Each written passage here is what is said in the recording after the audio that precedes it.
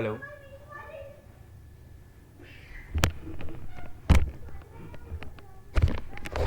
Hi Sahil, I'm audible.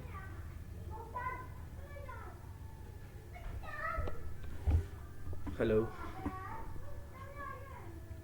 Sahil just unmute yourself, आप mute हो रखे हो.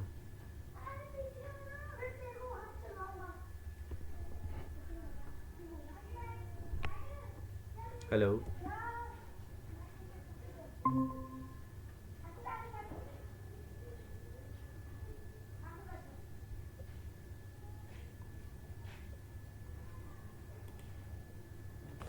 हेलो। हेलो. Yes sir. आवाज़ आ रही है? आप दो डिवाइस से यस सर। ज्वाइन हो? नहीं, एक से ही हूँ सर। ओके. दो ज्वाइन दिखा रहा है ना आपका, इसलिए लैपटॉप से हो ना आप? हाँ जी। Okay. So Sahil, this is your first class, right? So yes please sir. Tell me about yourself. थोड़ा सा अपने बारे में मुझे बताओ प्लीज़. लाइक कहाँ से बिलोंग करते हो, कहाँ से रहे हो आप, एंड अभी करंटली आप क्या कर रहे हो? थोड़ा सा introduction. Sir, my name is Sahil Yadav. Okay. I am from Gurgaon. Okay. I just complete my bachelor degree in commerce. Okay. Yes sir. Regular और private? Regular. Okay. In which college? Suraj PG degree college. Was in Gurgaon. Yes sir. Okay okay okay. Okay. So why you want to start digital marketing? थोड़ा सा मुझे बताओ कि digital marketing क्यों आप सीखना चाहते हो, मतलब क्यों आपने एडमिशन लिया, क्या आपका मतलब प्लान है आगे को लेके, या फिर कुछ एक्सप्लोर किया है डिजिटल मार्केटिंग के बारे में कि क्या होता है डिजिटल मार्केटिंग, कुछ पता है उसके बारे में या बिल्कुल ज़ीरो है? उस सर ने बताया था थोड़ा डेमो क्लास में। ठीक है. हम्म। तो कुछ आपने अपने अकॉर्डिंगली मतलब कुछ रिसर्च वगैरह किया इंटरनेट पे, मतलब सजेस्ट तो किया होगा किसी ने आपको कि डिजिटल मार्केटिंग हम्म। करना चाहिए, या ये आपका खुद का डिसीजन था? नहीं, मेरा खुद का ही था। खुद का डिसीजन था. हाँ चलो. जी। ठीक है. तो मतलब डैमो के अलावा और आपने कुछ ऐसे एक्सप्लोर नहीं किया, राइट? No sir. चलो ठीक है, कोई बात नहीं.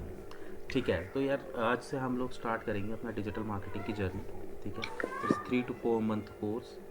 एंड मतलब 3 महीने का आप लेके चलो, और होता है कभी कभार छुट्टी वगैरह कुछ हो जाती है, फिर ऐसे मतलब 3 से 4 महीने ऑलमोस्ट लेके चलो कि इतना टाइम इसमें स्पेंड हो ही जाता है. हाँ ठीक जी। है.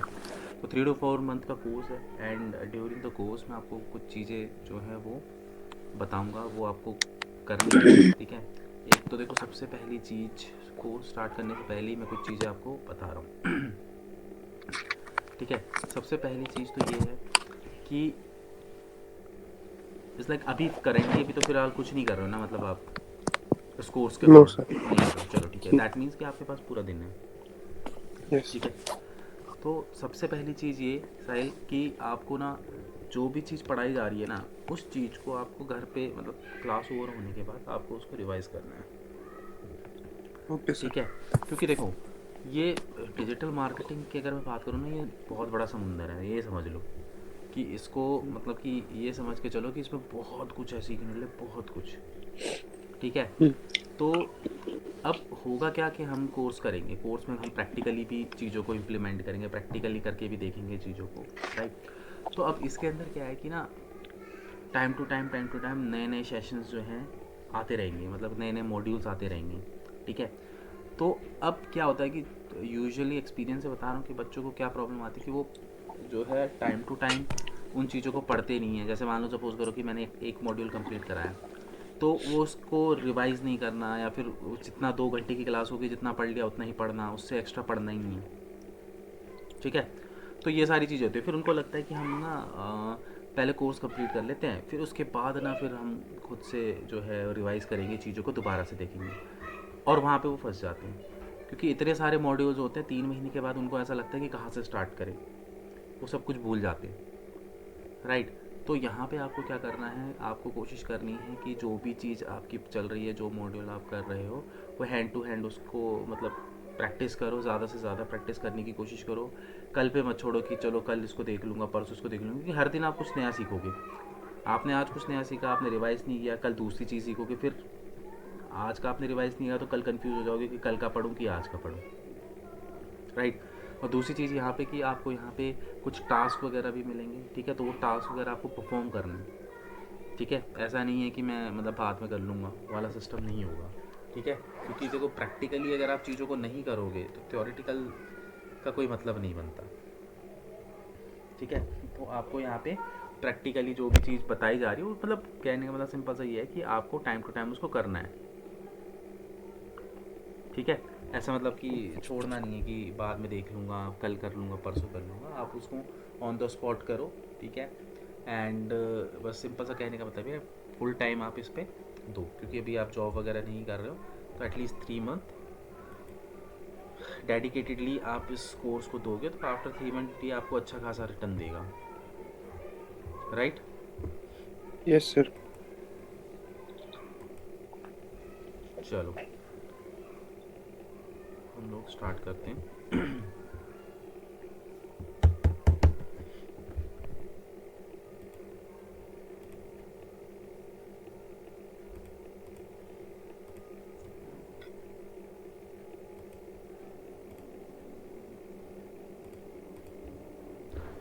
आई होप मेरी स्क्रीन देख पा रहे होगे, ब्लैंक स्क्रीन।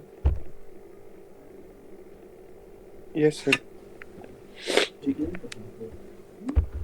सो स्टार्ट करते हैं। देखो सबसे पहले बात समझते हैं, बेसिक से स्टार्ट करते हैं बिल्कुल।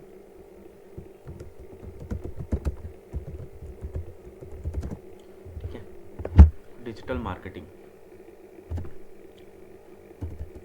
ठीक है। देखो सबसे पहले इस चीज़ को समझना बहुत ज़रूरी है कि डिजिटल मार्केटिंग होती क्या है, ठीक है, क्योंकि बेसिक ही अगर आपको नहीं समझ में आएगा तो बाकी चीज़ों में भी आपको प्रॉब्लम होगी, ठीक है। तो सबसे पहले हम लोग बात करते हैं डिजिटल मार्केटिंग। डिजिटल मार्केटिंग क्या होता है? सबसे पहले मुझे आप बताओ कि डिजिटल मार्केटिंग एक्चुअली में क्या होता है, मतलब आप क्या समझते हो डिजिटल मार्केटिंग से, आपको कितना पता है डिजिटल मार्केटिंग के बारे में। फिर उसके बाद मैं आपको इलैबोरेट करूँगा कि डिजिटल मार्केटिंग एक्चुअली में क्या होती है।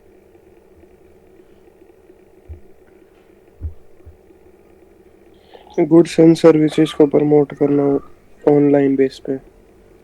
गुड्स एंड सर्विसेज को प्रमोट प्रमो करना प्रमो ऑनलाइन बेसिस पे। हाँ, ठीक है, गुड।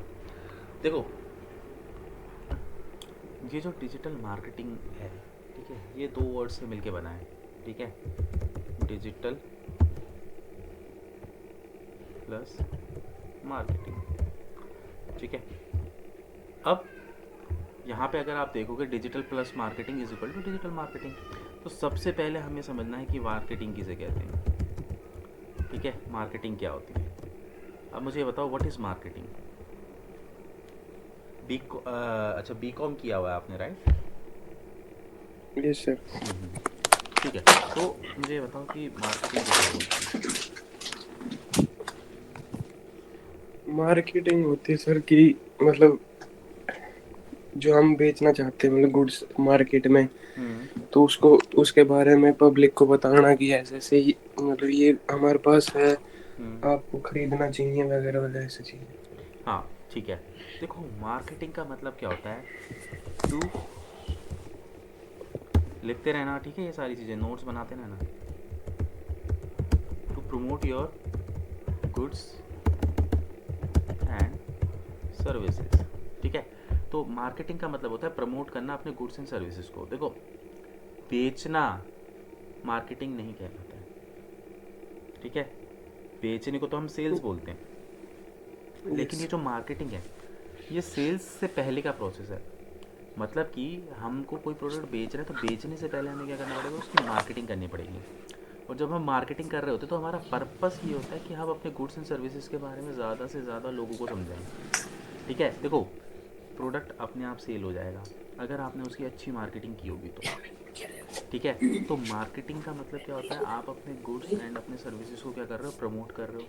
प्रमोट कर कैसे कर रहे हो, आप उसके बेनिफिट्स के बारे में लोगों को बता रहे हो। भाई जब तक सपोज़ करो कि हमने आपको ये कोर्स दिया, तो जब डेमो क्लास हुई तो हमने बताया होगा ना कि इस कोर्स से करने के क्या फ़ायदे हैं, HTT के साथ यस करने सर। के क्या फ़ायदे हैं, मतलब जब तक आपको ये यस। नहीं समझ में आएगा कि यहाँ पे इस कोर्स के फ़ायदे क्या हैं और हमसे ही ये कोर्स करने का क्या फ़ायदा है, तब तक आप भी डिसीजन थोड़ी ना लेते, यस सर। है ना।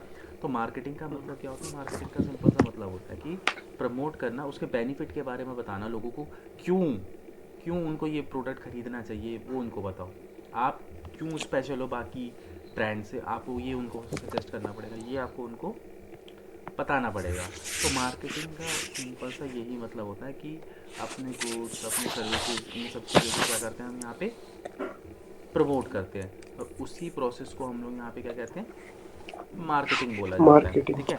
तो मार्केटिंग जो है वो सेल्स से पहले का प्रोसेस है, राइट। Yes sir. ठीक है। तो नाउ नेक्स्ट, कि अब हम यहाँ पे देखेंगे, ये तो हो गया आपका मार्केटिंग, ठीक है। अब यहाँ पे हम बात करते हैं डिजिटल मार्केटिंग की, कि प्रॉपर डिजिटल मार्केटिंग की डेफिनेशन क्या है। देखो, to promote your goods and services in various digital platforms like Google, social media, website,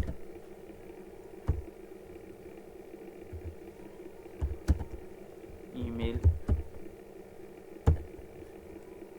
ठीक है। आपके यहाँ पे हो गया मोबाइल, ठीक है। मतलब कि अपने गुड्स एंड सर्विसेज को जो है, to promote your goods and services in various digital platform. Digital platform की बात क्या है, मतलब कि जैसे कि गूगल हो गया, एक डिजिटल प्लेटफॉर्म है, सोशल मीडिया हो गया, वेबसाइट हो गया, ये बेसिकली क्या है, वेरियस प्लेटफॉर्म्स कह लो या फिर आप इनको चैनल कह लो, ठीक है। Yes sir. वेरियस चैनल्स मतलब कि अलग अलग जो है डिजिटल चैनल्स हैं जिनके थ्रू हम लोग क्या करते हैं, मार्केटिंग करते हैं mobile, with the help of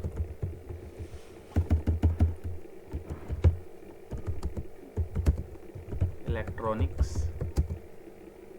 devices like phone, laptop and tablet, ठीक है। ये इसकी प्रॉपर डेफिनेशन है, मतलब कि हम यहाँ पे सिंपली क्या कर रहे हैं, अपने गुड्स एंड सर्विसेज को अलग अलग चैनल्स के थ्रू, जैसे कि सोशल मीडिया हो गया, गूगल हो गया, वेबसाइट हो गया, हम लोग ईमेल के थ्रू, मोबाइल के थ्रू जो है मार्केटिंग करते हैं। और उनके लिए हमें क्या चाहिए होता है, इलेक्ट्रॉनिक डिवाइसेस चाहिए होते हैं, जैसे कि फ़ोन, लैपटॉप और टैबलेट, इन्हीं इन्हीं को तो यूज़ करते हैं ना हम लोग मार्केटिंग के लिए, यस सर। ठीक है। तो इन सभी प्लेटफॉर्म्स को यूज़ करके जब हम किसी भी प्रोडक्ट या फिर किसी भी सर्विसेज की मार्केटिंग करते हैं, उसको हम लोग क्या बोलते हैं, डिजिटल मार्केटिंग बोलते हैं। बहुत सिंपल सा, मार्केटिंग। मतलब कि कोई वो नहीं है, बहुत सिंपल से लैंग्वेज में मैं आपको समझा रहा हूँ कि डिजिटल मार्केटिंग क्या होता है। कभी इन फ्यूचर आपसे कोई पूछता है, जैसे कभी इंटरव्यू वगैरह पे भी जाते हो, तो कोई आपसे सिम डेफिनेशन पूछता है, तो आपको बहुत ज़्यादा वो करने की ज़रूरत नहीं है, आप बहुत ही सिंपल वे में आप उसको समझाओ कि भैया ये होता है डिजिटल मार्केटिंग, हाँ जी। ठीक है। ठीक है। अब यहाँ पे देखो, अगर हम बात करें मार्केटिंग की, तो मार्केटिंग जो है वो कोई आज से स्टार्ट थोड़ी ना हुआ है। जब डिजिटल मार्केटिंग से पहले भी तो मार्केटिंग लोग करते थे ना। अब डिजिटल मार्केटिंग तो ये समझ के चलो कि 2015 के बाद इवॉल्व हुआ है, ठीक है। तो इसका क्या मतलब है, 2015 से पहले लोग मार्केटिंग नहीं करते थे, करते थे। करते तो थे। पहले जो लोग मार्केटिंग करते थे वो करते थे ट्रेडिशनल मार्केटिंग,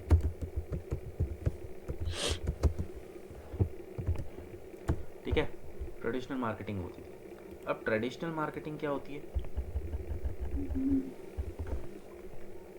पता है ट्रेडिशनल मार्केटिंग किसे कहते हैं?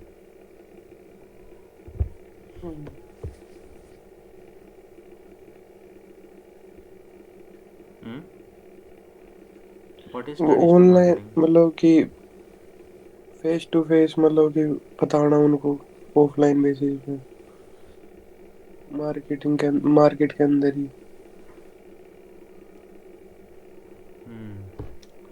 ठीक है। देखो ट्रेडिशनल मार्केटिंग का मतलब सिंपल सा यही है कि ट्रेडिशनल मार्केटिंग मतलब वन माउथ टू वर्ड की मार्केटिंग, आप इसको सिंपल कर सकते हो माउथ टू वर्ड की मार्केटिंग। मतलब पहले के टाइम पे क्या होता था कि हम लोग क्या करते थे, मार्केटिंग माउथ टू वर्ड से करते थे। मतलब कि हम लोगों से डायरेक्टली बात करते थे और बात करके फिर मार्केटिंग करते थे। ठीक है, देखा होगा। अब अच्छा तुम्हारी एज उतनी है नहीं होगी, लेकिन पहले क्या होता था कि ना डोर टू डोर मार्केटिंग होती थी। मतलब कि जो सेल्स पर्सन होता था वो क्या करता था, अपना क्या कहते हैं एक बैग लिया, कंधे में टांगा और अपने प्रोडक्ट को लेके डोर टू डोर दरवाज़ा खटखटाता था एंड वहाँ पे लोगों को अपने प्रोडक्ट के बारे में बताता था। इसको बोला जाता है माउथ टू वर्ड की मार्केटिंग। ठीक है, तो लोग क्या करते थे Yes, sir. ट्रेडिशनल मार्केटिंग के अंदर माउथ टू वर्ड की मार्केटिंग करते थे। इसके अलावा क्या होता था, हम टीवी पे एडवर्टीजमेंट चलाते थे। ठीक है, टीवी पे एडवर्टीजमेंट चलाना, रेडियो पे एडवर्टीजमेंट चलाना। ठीक है, न्यूज़पेपर पे पैम्पलेट बांटना।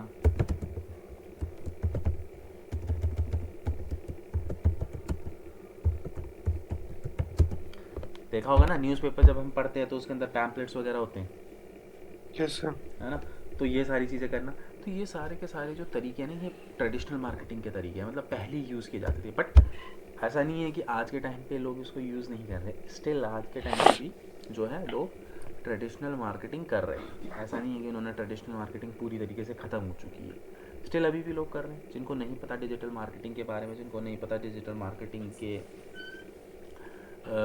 स्कोप के बारे में, तो वो लोग स्टिल अभी भी ट्रेडिशनल मार्केटिंग कर रहे हैं। ठीक है, बट अगर मैं बात करूं कि ट्रेडिशनल मार्केटिंग किस तरीके से डिफरेंट है डिजिटल मार्केटिंग से, तो अगर मैं यहाँ पे बात करूं, देखो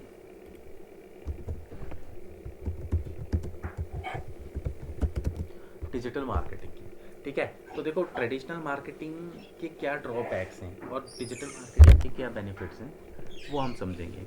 देखो सबसे पहले तो देखो टीवी एडवर्टीज़मेंट, तो टीवी एडवर्टीज़मेंट की बात मैं अगर करूँ तो एक मतलब अगर आपको टेलीविज़न के ऊपर एक एडवर्टीज़मेंट पोस्ट करनी है तो आपको ये लगा के चलो कि कम से कम करोड़ों का खर्चा आएगा। ठीक है, क्योंकि आपको पूरी की पूरी क्या करनी पड़ेगी, एडवर्टीज़मेंट पहले बनानी पड़ेगी, फिर उसके बाद आप न्यूज़ चैनल पे या फिर कहीं पे भी उस ऐड को दिखाना चाहते हो तो आपको वहाँ पे पे करना पड़ेगा अपनी एडवर्टीज़मेंट को दिखाने हो। तो लाखों करोड़ों का खर्चा इसके अंदर आ जाता है। हर बिजनेसमैन के पास इतना पैसा नहीं होता कि वो इतना पैसा यहाँ पे खर्च करे। ठीक Yes, है, sir. उसके बाद आता है आपका, देखो ट्रेडिशनल मार्केटिंग के अंदर होता क्या है, ट्रेडिशनल मार्केटिंग के अंदर बिल्कुल लिमिटेशंस होती है। मतलब कि अगर जैसे सपोज़ करो मैं माउथ टू वर्ड का बिज़नेस कर रहा हूँ, मतलब कि मैं माउथ टू वर्ड की मार्केटिंग कर रहा हूँ, तो अब मैं सपोज़ करो कि मैं दिल्ली में मेरा बिज़नेस है। ठीक है, अब दिल्ली में अगर मेरा बिज़नेस है तो मैं अपने लड़कों को या फिर जो भी मैंने अपने डाउन में बंदे रखे हुए हैं मार्केटिंग के लिए, उनको दिल्ली में ही तो बेच सकूँगा।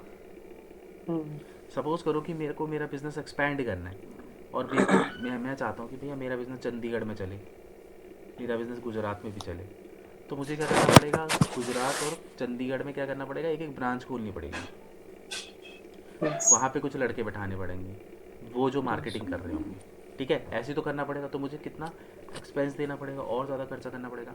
जबकि यही चीज़ अगर मैं बात करूँ इसका उल्टा है, अगर डिजिटल मार्केटिंग के थ्रू हम लोग किसी की प्रोडक्ट की मार्केटिंग करते हैं और अगर आपको ऐसा लगता है कि आपका ब्रांड बहुत मजबूत है, तो आप एक लोकेशन पे बैठे बैठे यानी कि दिल्ली में बैठे बैठे ऑल ओवर इंडिया तो आप कवर कर ही सकते हो, इसके साथ साथ बिल्कुल. वर्ल्ड भी कवर कर सकते हो, जो कि ट्रेडिशनल मार्केटिंग में हम नहीं करते।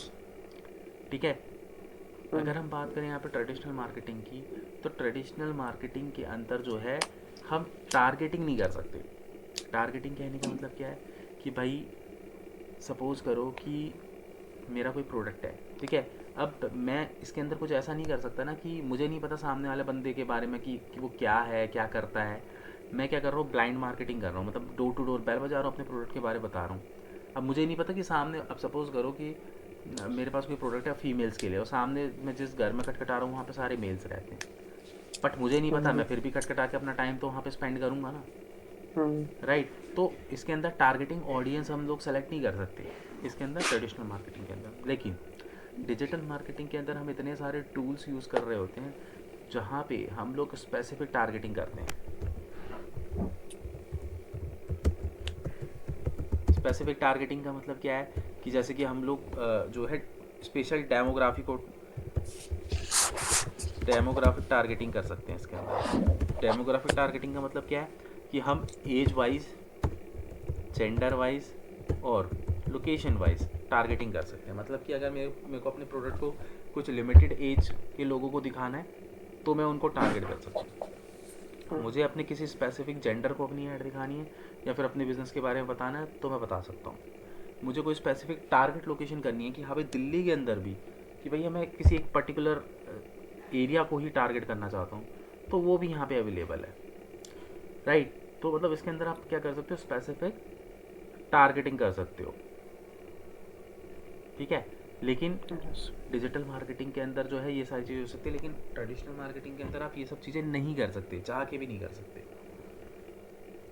राइट। तो ट्रेडिशनल मार्केटिंग में ये कुछ जो है लॉसेस हैं। और इसके अलावा क्या होता है, अगर मैं बात करूँ ट्रेडिशनल मार्केटिंग की, तो ट्रेडिशनल मार्केटिंग के अंदर जो है ना, आप अपना जो एक कहते हैं ना कि आप ट्रैकिंग नहीं कर सकते।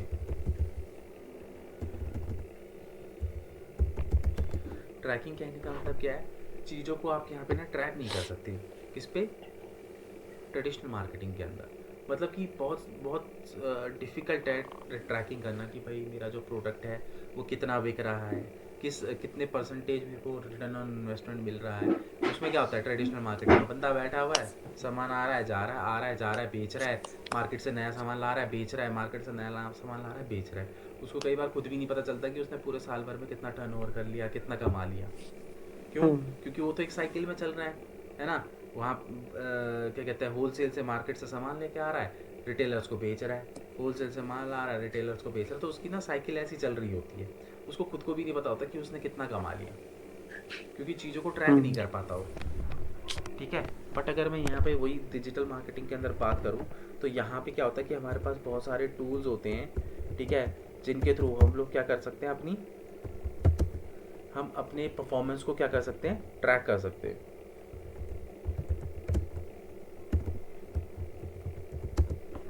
ठीक है। यहाँ पे क्या कर सकते हैं, हम लोग अपनी परफॉर्मेंस को पूरी तरीके से ट्रैक कर सकते हैं कि भाई मैं बिज़नेस तो कर रहा हूँ, सब कुछ चीज़ें कर रहा हूँ, पर बिज़नेस में मुझे फ़ायदा हो रहा है कि नुकसान हो रहा है, कि क्या चल रहा है मेरे बिज़नेस में, ठीक है। तो ये सारी की सारी चीज़ें जो हैं यहाँ पे इसके अंदर हम लोग क्या कर सकते हैं, ट्रैक कर सकते हैं, जो कि ट्रेडिशनल मार्केटिंग में बहुत मतलब मुश्किल होता है। ट्रेडिशनल मार्केटिंग में फिर ज़्यादा से ज़्यादा आप कर भी लोगे तो क्या, एक पेन एक डायरी बना लोगे, उसमें हिसाब किताब करते रहोगे, जी मैंने आज इतना सामान खरीदा, मैंने आज इतना माल बेचा, फिर मेरे को इतना जो है आज के दिन में मुनाफा हुआ, ठीक है। तो कौन पूरे दिन भर वो करता रहेगा मगजमारी, ठीक है। तो इस तरीके से जो है ट्रेडिशनल मार्केटिंग जो है वो डिजिटल मार्केटिंग से थोड़ी सी टफ है, ठीक है। तो इसीलिए क्या हुआ कि टाइम के साथ साथ धीरे धीरे जो है डिजिटल मार्केटिंग में सब शिफ्ट होने लग गए हैं। बट मैं ऐसा नहीं कहूँगा, आज के टाइम पे भी बहुत सारे ऐसे लोग हैं जो स्टिल अभी भी ट्रेडिशनल मार्केटिंग ही कर रहे हैं, ठीक है। वो अभी भी डिजिटल मार्केटिंग नहीं करते, या तो हो सकता है उनको पता नहीं है इस चीज़ के बारे में। इसके अलावा भी एक और अच्छा पॉइंट है कि जो ट्रेडिशनल मार्केटिंग है वो क्या है, क्वाइट एक्सपेंसिव है, ठीक है। डिजिटल मार्केट ट्रेडिशनल मार्केटिंग क्या है, बहुत ज़्यादा एक्सपेंसिव है। उसी के मुकाबले अगर मैं बात करूँ डिजिटल मार्केटिंग की, तो डिजिटल मार्केटिंग जो है वो बहुत ज़्यादा एक्सपेंसिव नहीं है। अगर कोई छोटा मोटा बिजनेसमैन भी अगर अपने बिज़नेस की मार्केटिंग कराना चाहता है तो मिनिमम 10-15 हज़ार रुपये से अपने लिए मार्केटिंग स्टार्ट करवा सकता है। मतलब अगर उसको अपने बहुत बहुत स्मॉल लेवल पे अपनी बिज़नेस को प्रमोट करना है तो वो क्या कर सकता है, अपने बिजनेस के लिए डिजिटल मार्केटिंग स्टार्ट कर सकता है, कि बहुत ज़्यादा एक्सपेंसिव नहीं है डिजिटल मार्केटिंग, राइट। मुझे 1 मिनट देना था, थोड़ा सा कोल्ड हो रखा है, 1 मिनट में।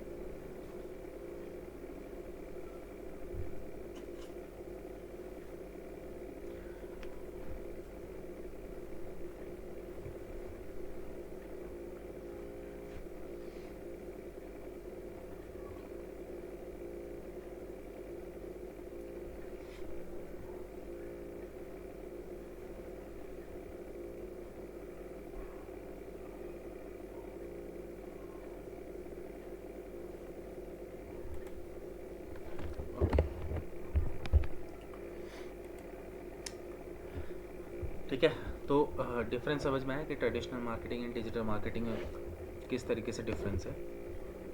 आओ हाँ जी। अब जो है हम लोग आगे बढ़ेंगे। ठीक है। अब अगर मैं बात करूं डिजिटल मार्केटिंग की, तो आज के टाइम पे क्यों डिजिटल मार्केटिंग बहुत ज़्यादा क्या हो रहा है, हाइप पे है। क्या लगता है ऐसा क्या रीज़न होगा कि ट्रेडिशनल मार्केटिंग आज के टाइम पे ख़त्म होती जा रही है, डिजिटल मार्केटिंग ने टेक ओवर कर लिया सारी चीज़ें। क्या रीज़न हो सकते हैं इसके। अब ज्यादातर सब ऑनलाइन भी तो सामान मंगा रहे हैं, मतलब कि बाहर घूमना पसंद नहीं कर रहे थे इतना, कि घर बैठे भी ऑर्डर करने लग रहे हम्म। हैं। और इसके अलावा क्या रीज़न मतलब आपको ऐसा लगता है कि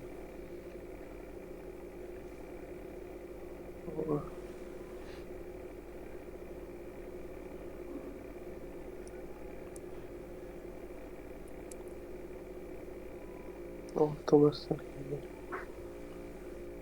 हम्म, तो देखो डिजिटल डिजिटल मार्केटिंग आज के टाइम पे क्यों इतना हाइप में है, क्यों मतलब इतना डिमांडिंग हो चुका है डिजिटल मार्केटिंग, तो उसके बारे में हम थोड़ा सा बात करते हैं। देखो क्या हो चुका है कि आज के टाइम पे ना हर चीज़ जो है वो डिजिटली प्लेटफॉर्म पे अवेलेबल हो चुकी है। मतलब कि हम्म।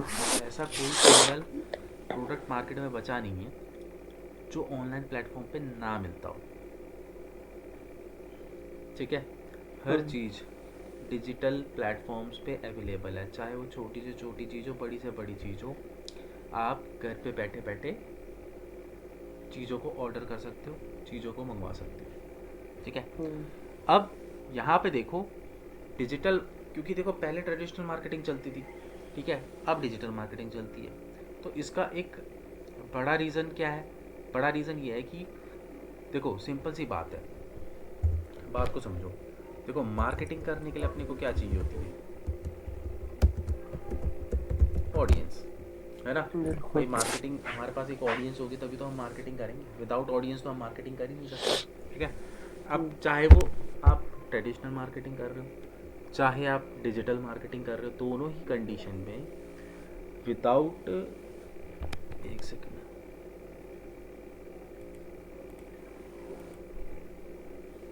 होल्ड करना है एक सेकेंड। हेलो हेलो, हाँ हाँ हाँ सर, हाँ हाँ हाँ।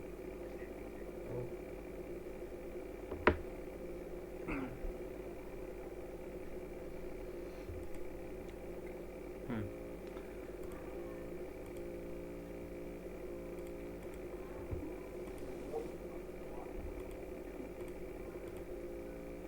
ठीक। तो हम बात क्या कहाँ पे थे, हम मार्केटिंग ऑडियंस, हाँ। तो अब चाहे आप डिजिटल मार्केटिंग करो, चाहे आप ट्रेडिशनल मार्केटिंग करो, दोनों ही कंडीशन के अंदर अंदर जो है आपको, दोनों ही कंडीशन के अंदर अंदर क्या चाहिए आपको, ऑडियंस की ज़रूरत पड़ेगी ही पड़ेगी, चाहे आप ट्रेडिशनल मार्केटिंग कर लो चाहे वो डिजिटल मार्केटिंग कर लो। अब अगर मैं बात करूँ आज के टाइम पे जो ऑडियंसेस हैं वो कहाँ पे है, सोशल मीडिया पे। सोशल मीडिया पे। यानी कि आज के टाइम पे जो ऑडियंस है वो कहाँ है, डिजिटल प्लेटफॉर्म्स पे अपना ज़्यादा टाइम स्पेंड कर रही है। ठीक है। अब डिजिटल प्लेटफॉर्म्स का मतलब क्या हो गया, जैसे कि सोशल मीडिया हो गया, गूगल हो गया। ठीक है।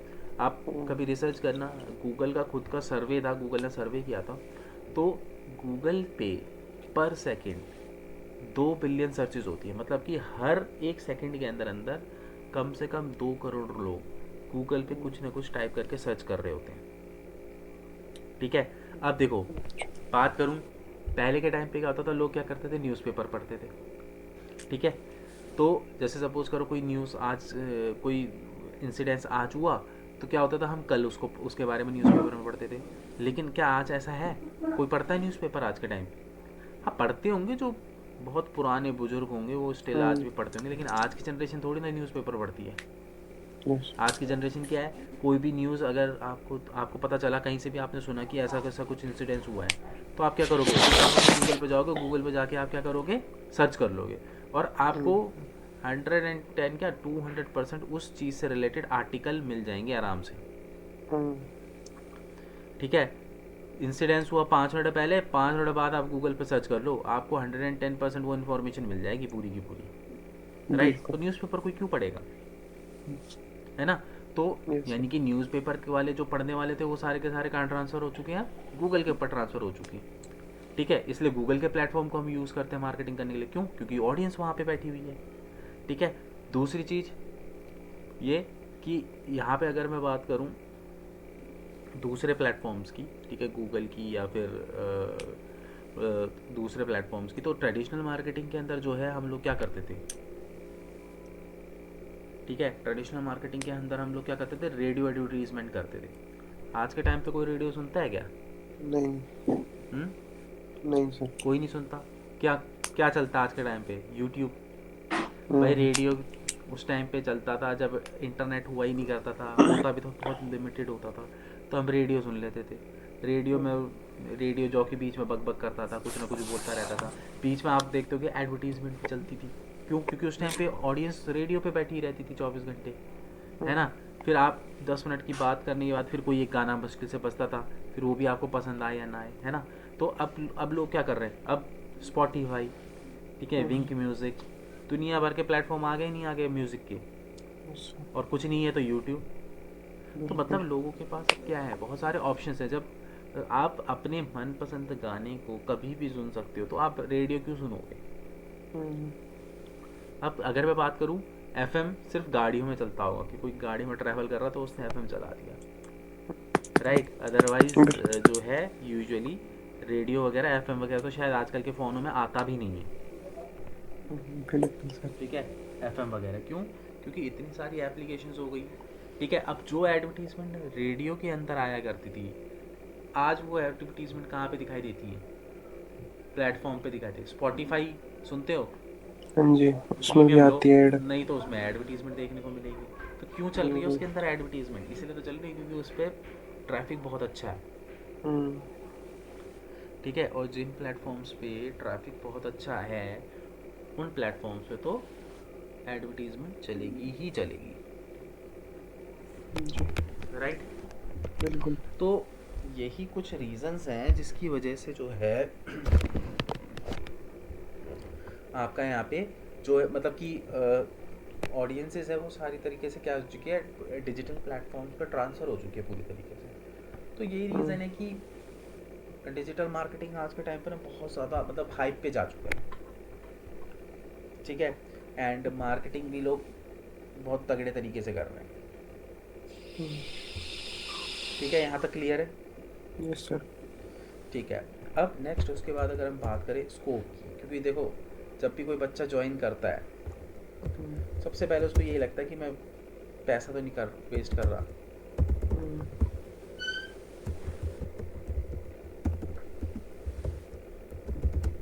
लोगों को लगता है कि भाई डिजिटल मार्केटिंग का फ्यूचर भी है, कोई स्कोप भी है कि नहीं। देखो डिजिटल मार्केटिंग का बहुत अच्छा स्कोप है आज के टाइम पे। आप ये लेके चलो कि डिजिटल मार्केटिंग कॉलेज लेवल पे पहुंच गया है। पहले क्या होता था कि इंस्टीट्यूट्स थे बहुत सारे, ठीक है, वहाँ पे बच्चे आते थे पढ़ते थे, किसी ने 12th पास कर ली, किसी ने ग्रेजुएशन कर ली, या फिर कोई जॉब के साथ साथ इस चीज़ को कर रहा है, मतलब कि कॉलेजेस वगैरह के बच्चे हो गए, सब हो गए, वो सब इंस्टीट्यूट में आते थे पढ़ने के लिए।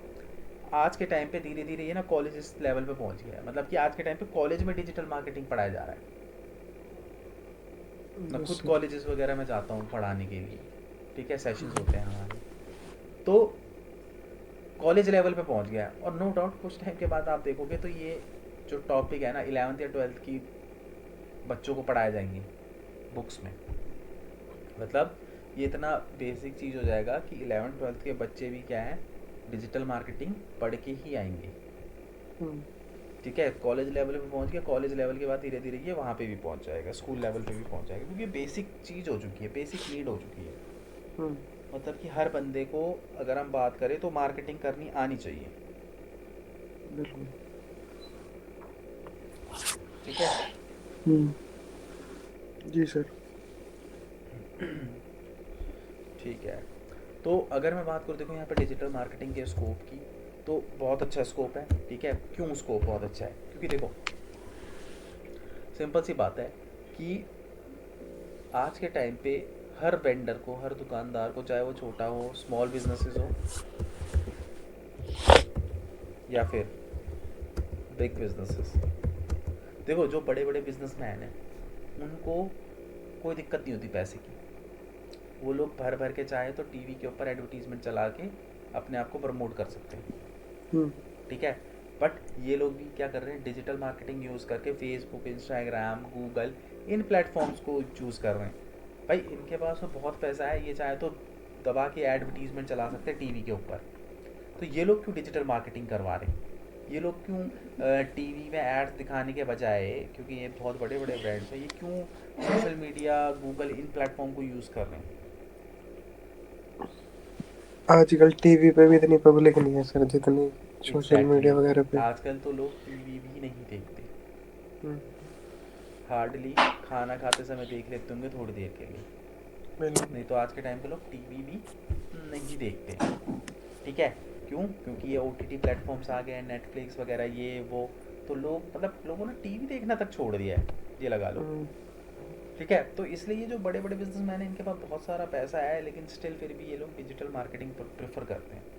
क्यों? क्योंकि इनको भी पता है ना कि मार्केटिंग तभी सक्सेसफुल है जब ऑडियंस हो आपके पास, हम्म, राइट। और ऑडियंस कहाँ पे है? सोशल मीडिया पे बैठी हुई है।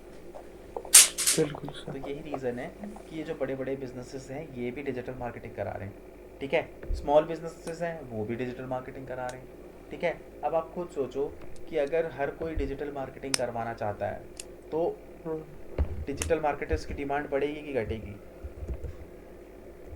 बढ़ेगी। बढ़ेगी, ठीक है। हम्म, सो यही रीज़न है कि डिजिटल मार्केटिंग आने वाले टाइम पे बहुत अच्छा, मतलब कि अभी भी चल ही रहा है, आने वाले टाइम पे भी ये चलता रहेगा, बहुत अच्छा स्कोप है, क्योंकि हर बिजनेसमैन को डिजिटल मार्केटर की नीड पड़ेगी ही पड़ेगी। अब अगर मैं आपको खुद बोलूँ, गुड़गांव में कहाँ पे रहते हो?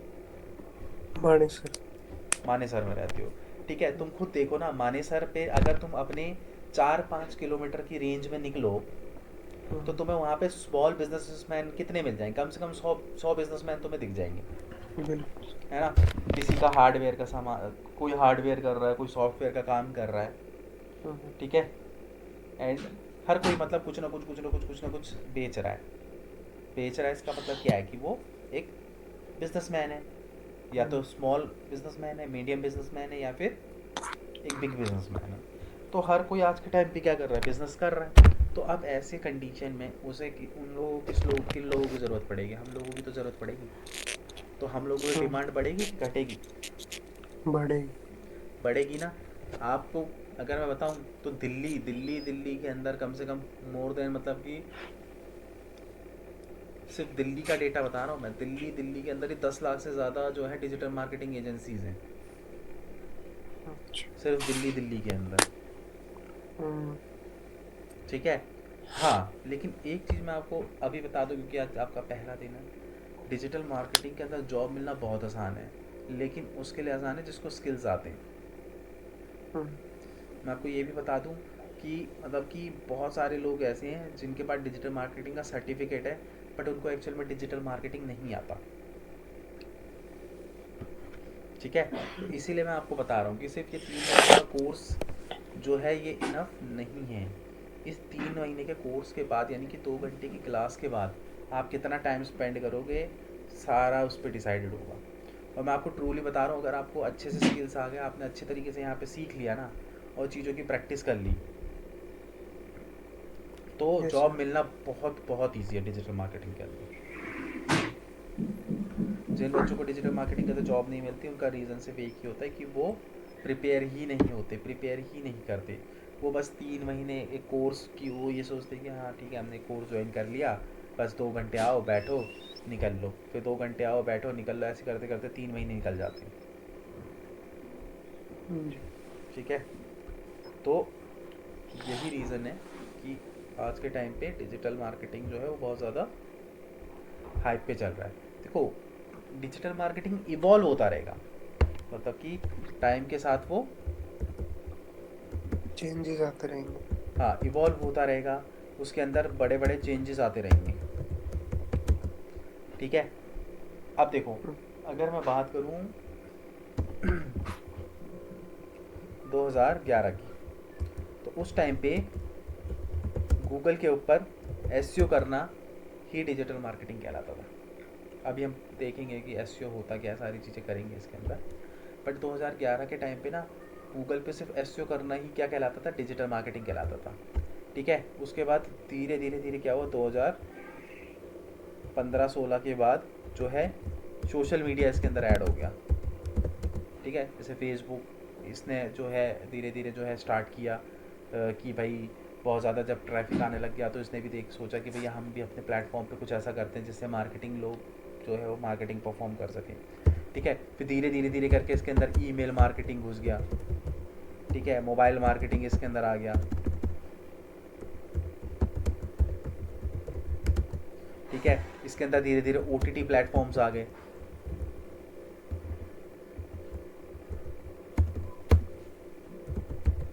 ठीक है, तो मतलब क्या हो रहा है कि धीरे धीरे धीरे धीरे क्या होता जा रहा है, इवॉल्व भी तो होता जा रहा है। ठीक है, एक टाइम था जब गूगल क्या कहते हैं, सिर्फ गूगल यूज़ किया जाता था, है ना, मार्केटिंग करने के लिए। आज के टाइम पे धीरे धीरे, और कोई बड़ी बात नहीं है, आने वाले कुछ सालों में और भी कुछ नए प्लेटफॉर्म इसके अंदर ऐड ऑन हो जाएंगे, बिल्कुल।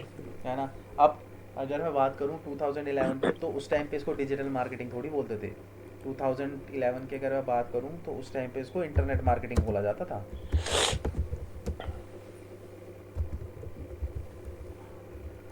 मतलब इंटरनेट के थ्रू मार्केटिंग करना। डिजिटल मार्केटिंग तो अभी 2015-16 के बाद इसको बोलना शुरू किया है, उससे पहले थोड़ी ना इसको डिजिटल मार्केटिंग बोलते थे। ठीक है, तो इसके नाम के साथ भी धीरे धीरे क्या आते रहेंगे, चेंजेस आते रहेंगे। Yes sir. ठीक है, तो ये बहुत लंबे समय तक चलने वाली चीज़ है।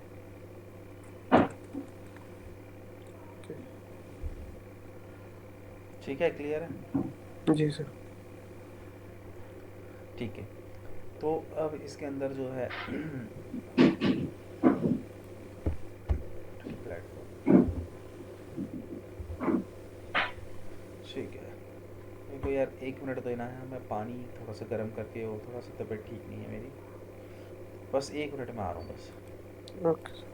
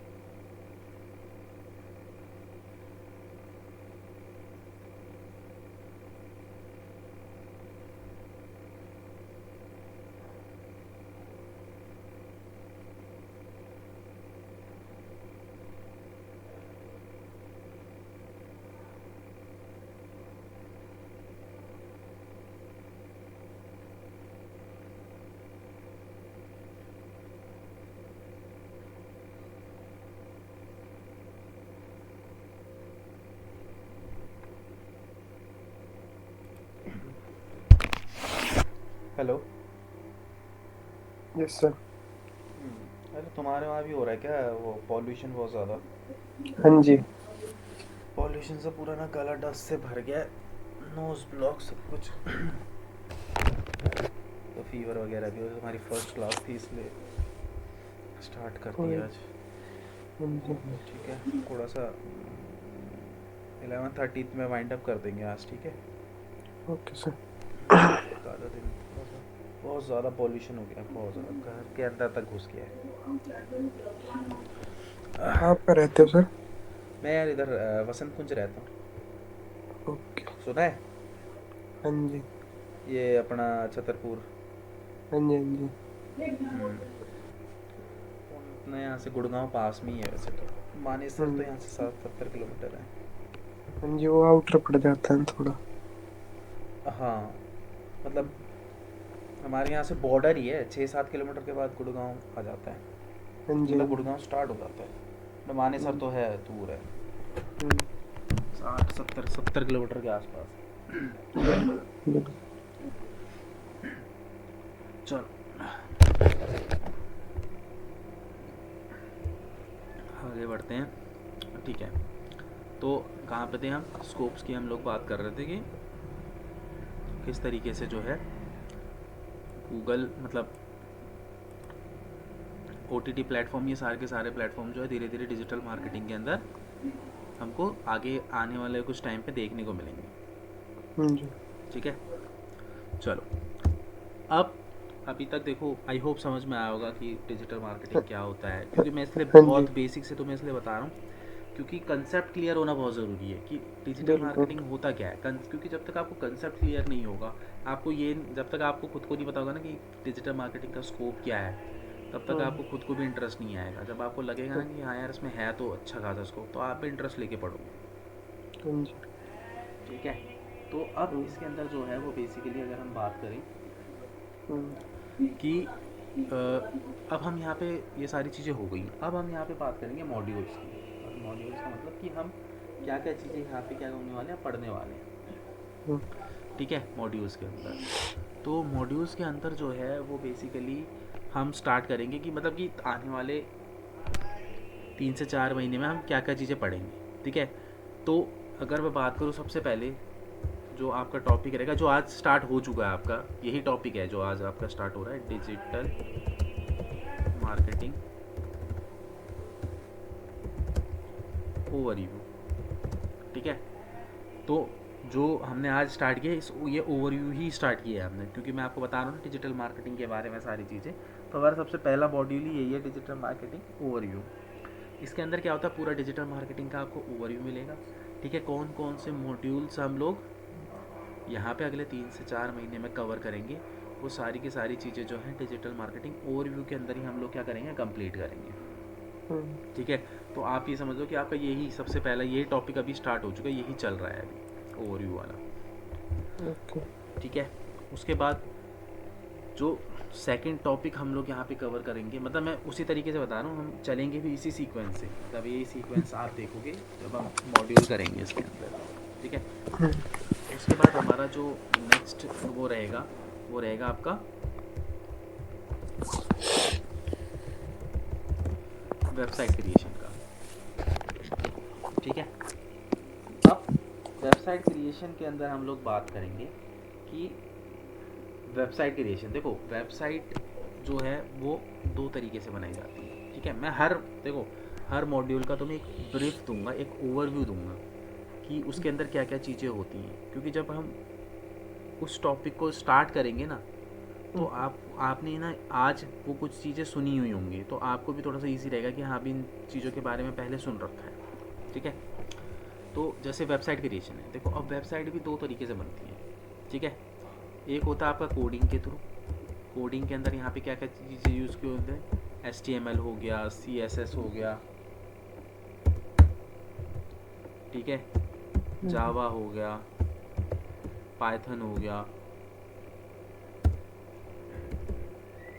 ठीक है? ये कुछ लैंग्वेजेस हैं, ये कोडिंग की लैंग्वेजेस हैं कि अगर आपको वेबसाइट बनानी है तो आपको ये सारी कोडिंग लैंग्वेज आनी चाहिए, ठीक है? अब ये कोडिंग अगर आप सीखने निकलोगे, ठीक है, तो इन कोडिंग क्लासेस के अंदर क्या होगा, मतलब कोडिंग के अंदर क्या होगा कि आपको ये सारी लैंग्वेजेस सीखनी पड़ेगी। ये सारी की सारी क्या हैं, कोडिंग लैंग्वेजेस हैं, HTML CSS जावा पाइथन। इसके अलावा और भी हैं, मतलब कि कम से कम 19-20 लैंग्वेजेस हैं, ठीक है। तो आपको ये सीखनी पड़ेगी। अब इनको सीखने के लिए क्या करना पड़ेगा, आपको इनका अलग से सेपरेट कोर्स करना पड़ेगा, ठीक है। और कम से कम 3 से 4 साल जब आप दोगे डेडिकेटेडली, तब जाके एक आप फुल स्टैक डेवलपर बनोगे, ठीक है।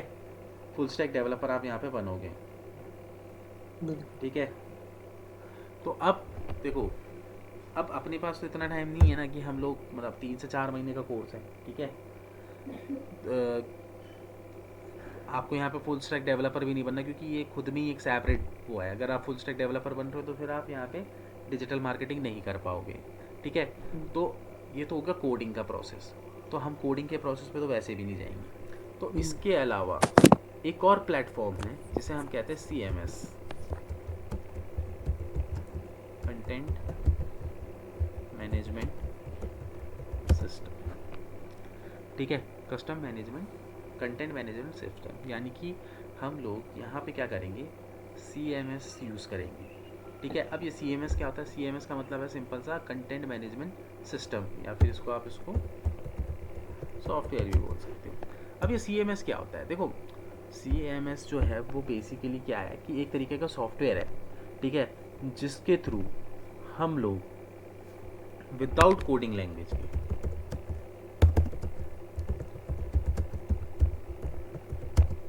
हम लोग क्या करेंगे, वेबसाइट क्रिएशन सीखेंगे,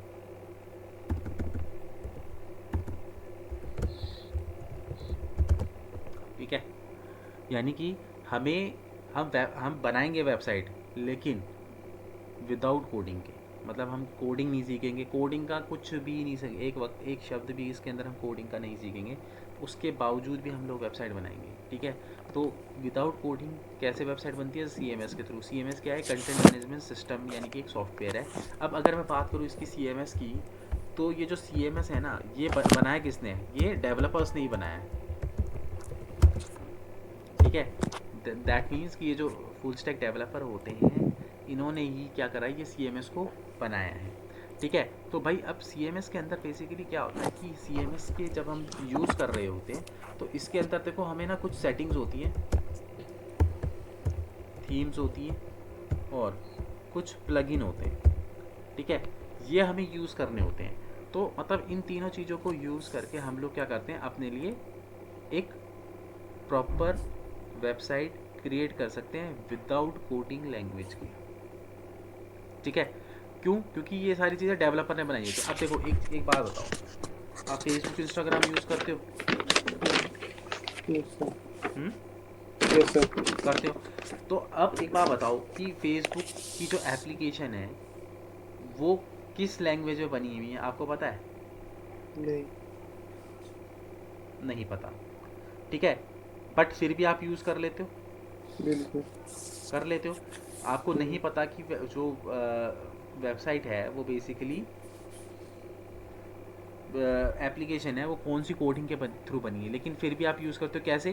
क्योंकि आपको ये पता है कि उसकी सेटिंग के बारे में पता है, आपको ये पता है कि उसको यूज़ किस तरीके से किया जाता है। तो आप क्या करते हो, अगर आपको कोई पोस्ट डालना होता है, अपनी फ़ोटो डालनी होती है, तो आपको पता है कि भैया यहाँ पे जाओ, यहाँ पे ऐसे करके इस सेटिंग पे जाओ, ये चीज़ें डालो, पिक्चर जो है वो पोस्ट हो जाएगी, राइट। तो आपको प्रोसेस पता है। तो सेम उसी तरीके से CMS क्या है, CMS जो है वो बेसिकली डेवलपर्स के बनाया हुआ एक टूल है, ठीक है, जिसके अंदर आप बिना कोडिंग वगैरह किए भी आप वेबसाइट क्रिएट कर सकते हो, ठीक है। अब इसके अंदर देखो प्लगइन्स। अब ये प्लगइन्स क्या होते हैं, प्लगइन्स थीम क्या होती है, देखो थीम का मतलब क्या है, जैसे आप एंड्रॉयड मोबाइल यूज़ करते हो, तो आप एकदम से अपनी थीम चेंज कर दोगे तो आपका पूरा स्ट्रक्चर चेंज हो जाएगा कि नहीं हो जाएगा, है ना। तो वही थीम जो है वो हम इसके अंदर यूज़ करते हैं, ठीक है। बनी बनाई बहुत सारी इसके अंदर थीम्स होती हैं, हमें कुछ नहीं करना पड़ता, उस थीम को देख के बस इंस्टॉल के बटन पे हम क्लिक कर देंगे, वो थीम पूरी तरीके से इंस्टॉल हो जाएगी। जबकि कोडिंग में ऐसा नहीं होता है ना। कोडिंग में तो पूरे कोड्स वगैरह डालते हैं तब जाके थीम इंस्टॉल होती है। तो मतलब कि इन डेवलपर्स ने क्या करा, हमारे लिए एकदम ईजी कर दिया सब कुछ। प्लगइन का मतलब क्या है कि जैसे देखो सपोज करो, प्लगइन जो होते हैं ना, अलग अलग फंक्शनैलिटी देने के लिए हम यूज़ करते हैं। अब जैसे सपोज करो कि आपको अपनी वेबसाइट पे एक कॉन्टैक्ट फॉर्म लगाना है, होता है ना, कई वेबसाइट्स पे कॉन्टैक्ट अस के पेज पे जाओगे तो वहाँ पे उनका एक कॉन्टैक्ट फॉर्म होता है। तो अब वही चीज़ ना डेवलपर क्या करते हैं, कोड के थ्रू बनाते हैं। तो वो एक कोड बनाते हैं, उस कोड को वहाँ पे लगा देते हैं, तो कॉन्टैक्ट फॉर्म जनरेट हो जाता है। तो वही चीज़ अगर हम CMS के अंदर देखें तो हमें उसके लिए एक प्लगइन मिलता है। हमें वो कोड याद रखने की ज़रूरत नहीं है, हम सिर्फ उस प्लगइन को इंस्टॉल करेंगे और इंस्टॉल करके जो जो चीज़ें हमें चाहिए उस पर सेटिंग के ऊपर काम करेंगे। वो सारे का सारा हमको ना कॉन्टैक्ट फॉर्म बना के दे देगा, मतलब बिना कोडिंग के। हम्म, मतलब हम पूरे CMS के अंदर कोडिंग यूज़ ही नहीं करेंगे, हम सिर्फ नॉर्मली प्लगइन उनके अंदर की सेटिंग्स यही सारी चीज़ें यूज़ करेंगे। जैसे मोबाइल के अंदर एक सेटिंग्स होती हैं, बिल्कुल। है ना, हर चीज़ को करने के लिए अंदर सेटिंग्स वगैरह होती, तो वही सारी चीज़ें हम लोग सेटिंग्स वगैरह वो यहाँ पे यूज़ करेंगे। हम्म, राइट। जी। तो वो है, तो उसी को हम लोग क्या बोलते हैं, CMS बोलते हैं। ठीक है। अब अगर मैं बात करूँ CMS की, तो आज के टाइम पे बहुत सारे CMS जो हैं वो अवेलेबल है। मतलब CMS भी बहुत टाइप की है। ठीक है। तो जो सबसे पुराना और सबसे ज़्यादा यूज़ किया जाने वाला CMS है वो है वर्डप्रेस।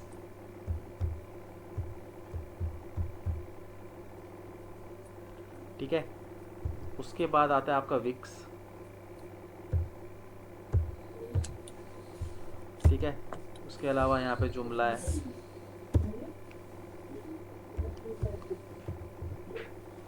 वेबली है, मतलब प्लेटफॉर्म बहुत सारे हैं। ठीक है। बहुत सारे प्लेटफॉर्म्स हैं CMS के। ठीक है। बट हम जिस पे सीखेंगे वो है वर्डप्रेस, क्योंकि अगर आपने वर्डप्रेस पे बनाना सीख लिया तो बाकी के प्लेटफॉर्म पे भी आप वेबसाइट बना सकते हो। ठीक है। थोड़ा सा ये सारे थोड़े से टिपिकल प्लेटफॉर्म्स हैं। वर्डप्रेस सबसे बढ़िया है, ईजी टू यूज़ है। सबसे ज़्यादा फंक्शनैलिटी जो है वो आपको वर्डप्रेस के अंदर मिलती है, क्योंकि सबसे पुराना CMS है। ठीक है। तो हम लोग जो है इस CMS के ऊपर, यानी कि वर्डप्रेस के ऊपर वेबसाइट किस तरीके से क्रिएट की जाती है वो हम यहाँ पे जो है वो सीखने वाले हैं। ठीक है। अब अरे यार, एक मिनट देना है।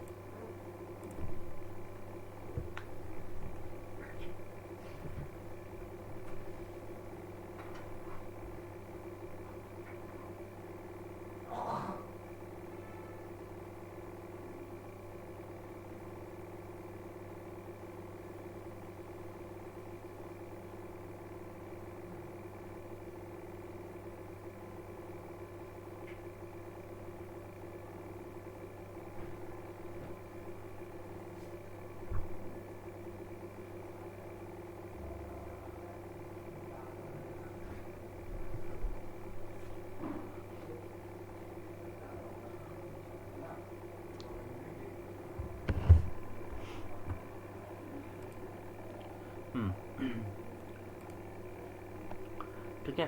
तो यहाँ पे जो है वर्डप्रेस जो है सबसे ज़्यादा यूज़ किया जाने वाला CMS है। ठीक है। इसके ऊपर हम लोग वेबसाइट बनाना सीखेंगे। ठीक है। अब वेबसाइट की अगर मैं बात करूँ तो वेबसाइट भी अलग अलग टाइप की होती है। ठीक है।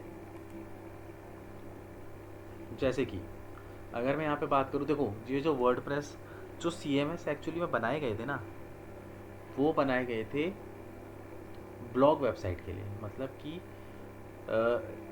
ब्लॉग वेबसाइट क्या होती है कि जिसके अंदर हम लोग नॉर्मली ब्लॉगिंग करते हैं। मतलब कि हमें किसी भी चीज़ के बारे में इंफॉर्मेशन है, हमें किसी भी चीज़ के बारे में कुछ नॉलेज है, तो हम वो नॉलेज शेयरिंग उस वेबसाइट के थ्रू करते थे, तो उसे ब्लॉग वेबसाइट बोलते थे। तो पहले क्या था, ये स्टार्टिंग जो हुई थी वर्डप्रेस की वो ब्लॉग वेबसाइट से हुई थी। ठीक है। कि भाई इसके अंदर हम लोग क्या करते थे, ब्लॉग वेबसाइट बनाते थे।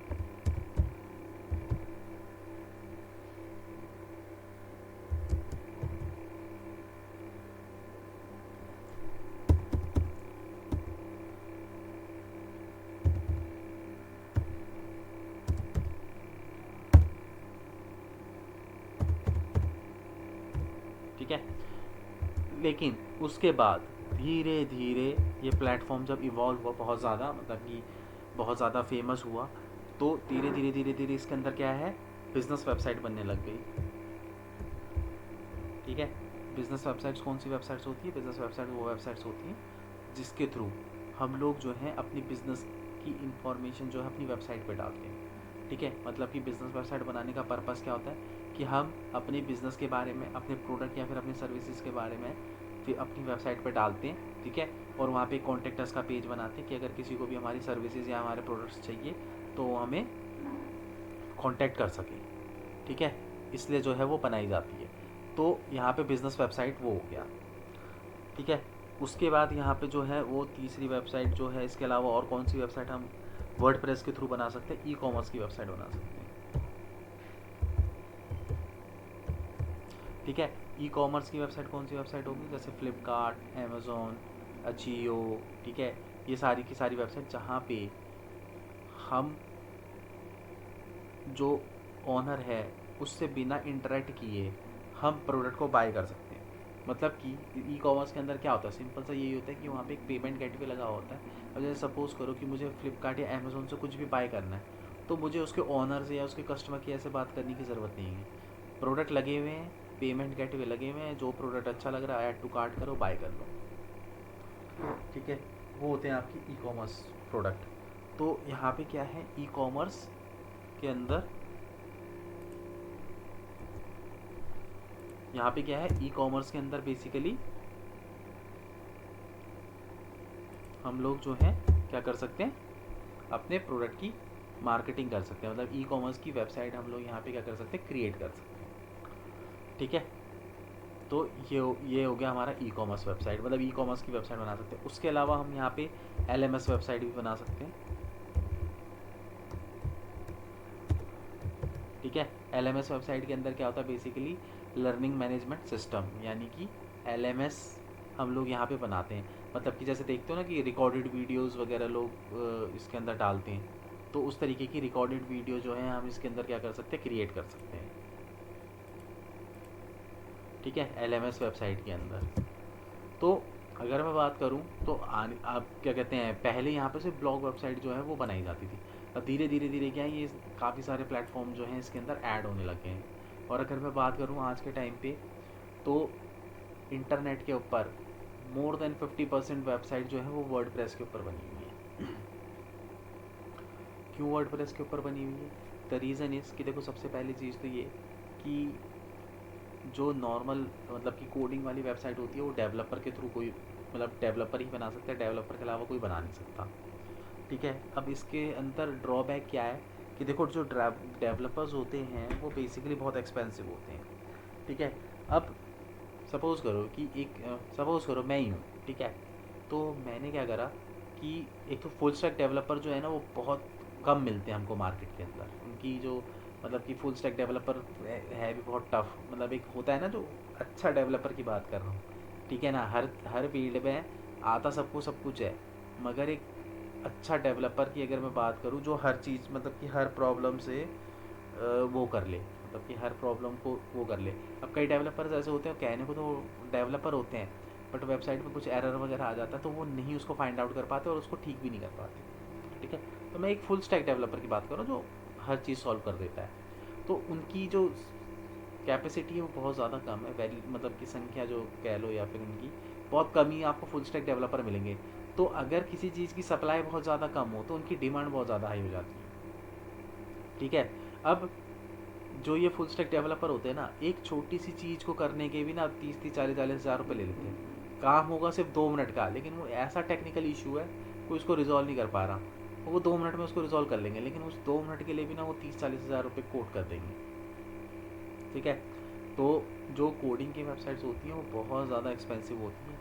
मतलब कि मिनिमम मिनिमम भी अगर लेके चलो तो डेवलपर्स 50,000 1 लाख से स्टार्ट करते हैं वेबसाइट बनाना, ठीक है। बात करते हैं वर्डप्रेस की, एकदम चीप प्लेटफॉर्म है, 15-20 हज़ार रुपये में तो आराम से बिजनेस वेबसाइट बन जाती है। और अगर ई कॉमर्स की वेबसाइट बनानी है तो 30-35 हज़ार रुपये में आराम से बन जाती है, जबकि इससे कम ही कोड करते हैं, क्योंकि वर्डप्रेस डेवलपर क्या है, बहुत ज़्यादा है। और अब जब सप्लाई बहुत ज़्यादा हो जाती है तो डिमांड कम हो जाती है, ठीक है। तो उस कंडीशन में क्या होता है, सिंपल है कि भाई फुल वर्डप्रेस डेवलपर बहुत मिलेंगे, तो इसलिए वो क्या करते हैं, वर्डप्रेस डेवलपर क्या करते हैं, सस्ते में भी काम कर लेते हैं। मतलब अगर आपको एक वेबसाइट बनानी है तो 15 से 20 हज़ार रुपये में ईजिली बन जाती है वेबसाइट। क्यों, क्योंकि वर्डप्रेस के अंदर बहुत ज़्यादा मेहनत का काम नहीं है,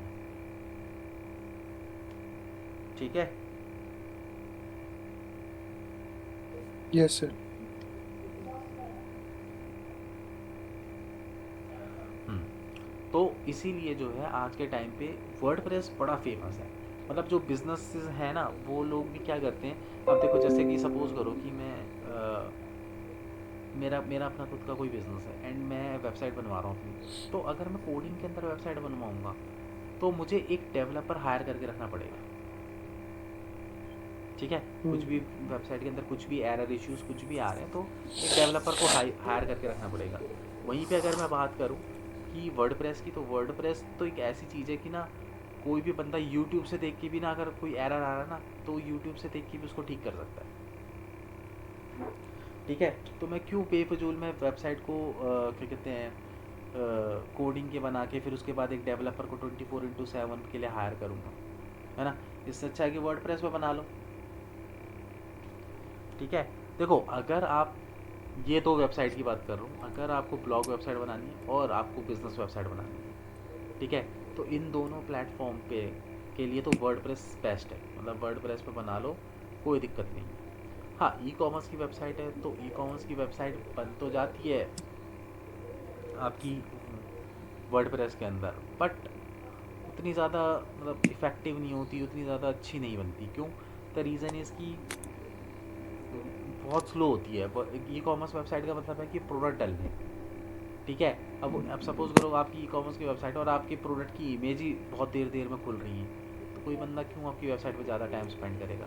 फिर यहाँ पे क्या होता है कि पेमेंट गेटवेज भी लगाने होते हैं ई कॉमर्स की वेबसाइट में, तो हो तो सब जाता है वर्डप्रेस के थ्रू, बट वर्डप्रेस में इतना सक्सेसफुल नहीं है ई कॉमर्स की वेबसाइट। हाँ, ब्लॉग वेबसाइट और बिजनेस वेबसाइट बना रहे हो तो वर्डप्रेस के अंदर बहुत सही तरीके से बन जाएगी, आप बनाओ आराम से।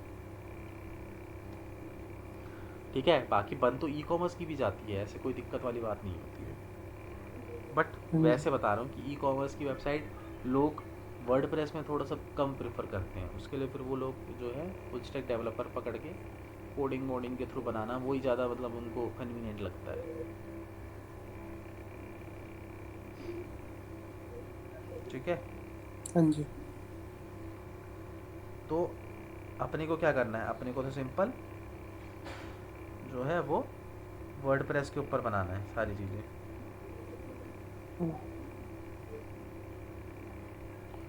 ठीक है, नाउ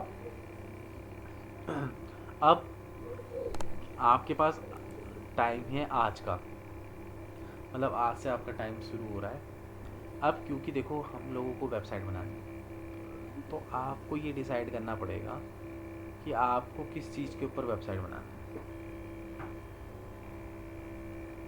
आपको ब्लॉग वेबसाइट बनानी है, आपको बिजनेस वेबसाइट बनानी है, ठीक है। देखो ब्लॉग वेबसाइट के अंदर तो क्या होता है कि आप, अगर आपके पास किसी भी पर्टिकुलर टॉपिक, आपके पास सबसे पहले एक निश होनी चाहिए, टॉपिक होना चाहिए। आपको ऐसा लगता है कि यहाँ पे इस पर्टिकुलर टॉपिक के ऊपर मैं वेबसाइट बना सकता हूँ ब्लॉग की। अगर आपको किसी चीज़ की बहुत अच्छी नॉलेज है, बहुत अच्छी इन्फॉर्मेशन है, तो आप ब्लॉग वेबसाइट उससे बना सकते हो। और बिज़नेस वेबसाइट अगर आपको, आपके पास या फिर आपकी फैमिली में या फिर किसी का जो है कोई बिज़नेस चलता है, तो उस कंडीशन पे आप अपनी उसके लिए बिज़नेस वेबसाइट क्रिएट कर सकते हो। ठीक है, एक सेकेंड होल्ड करना यार, क्या फोन पे। हेलो, हाँ घर पे ही हूँ। अच्छा, ठीक, किसने बताया आ रखा है। अच्छा चलो ठीक है, मैं देखता हूँ।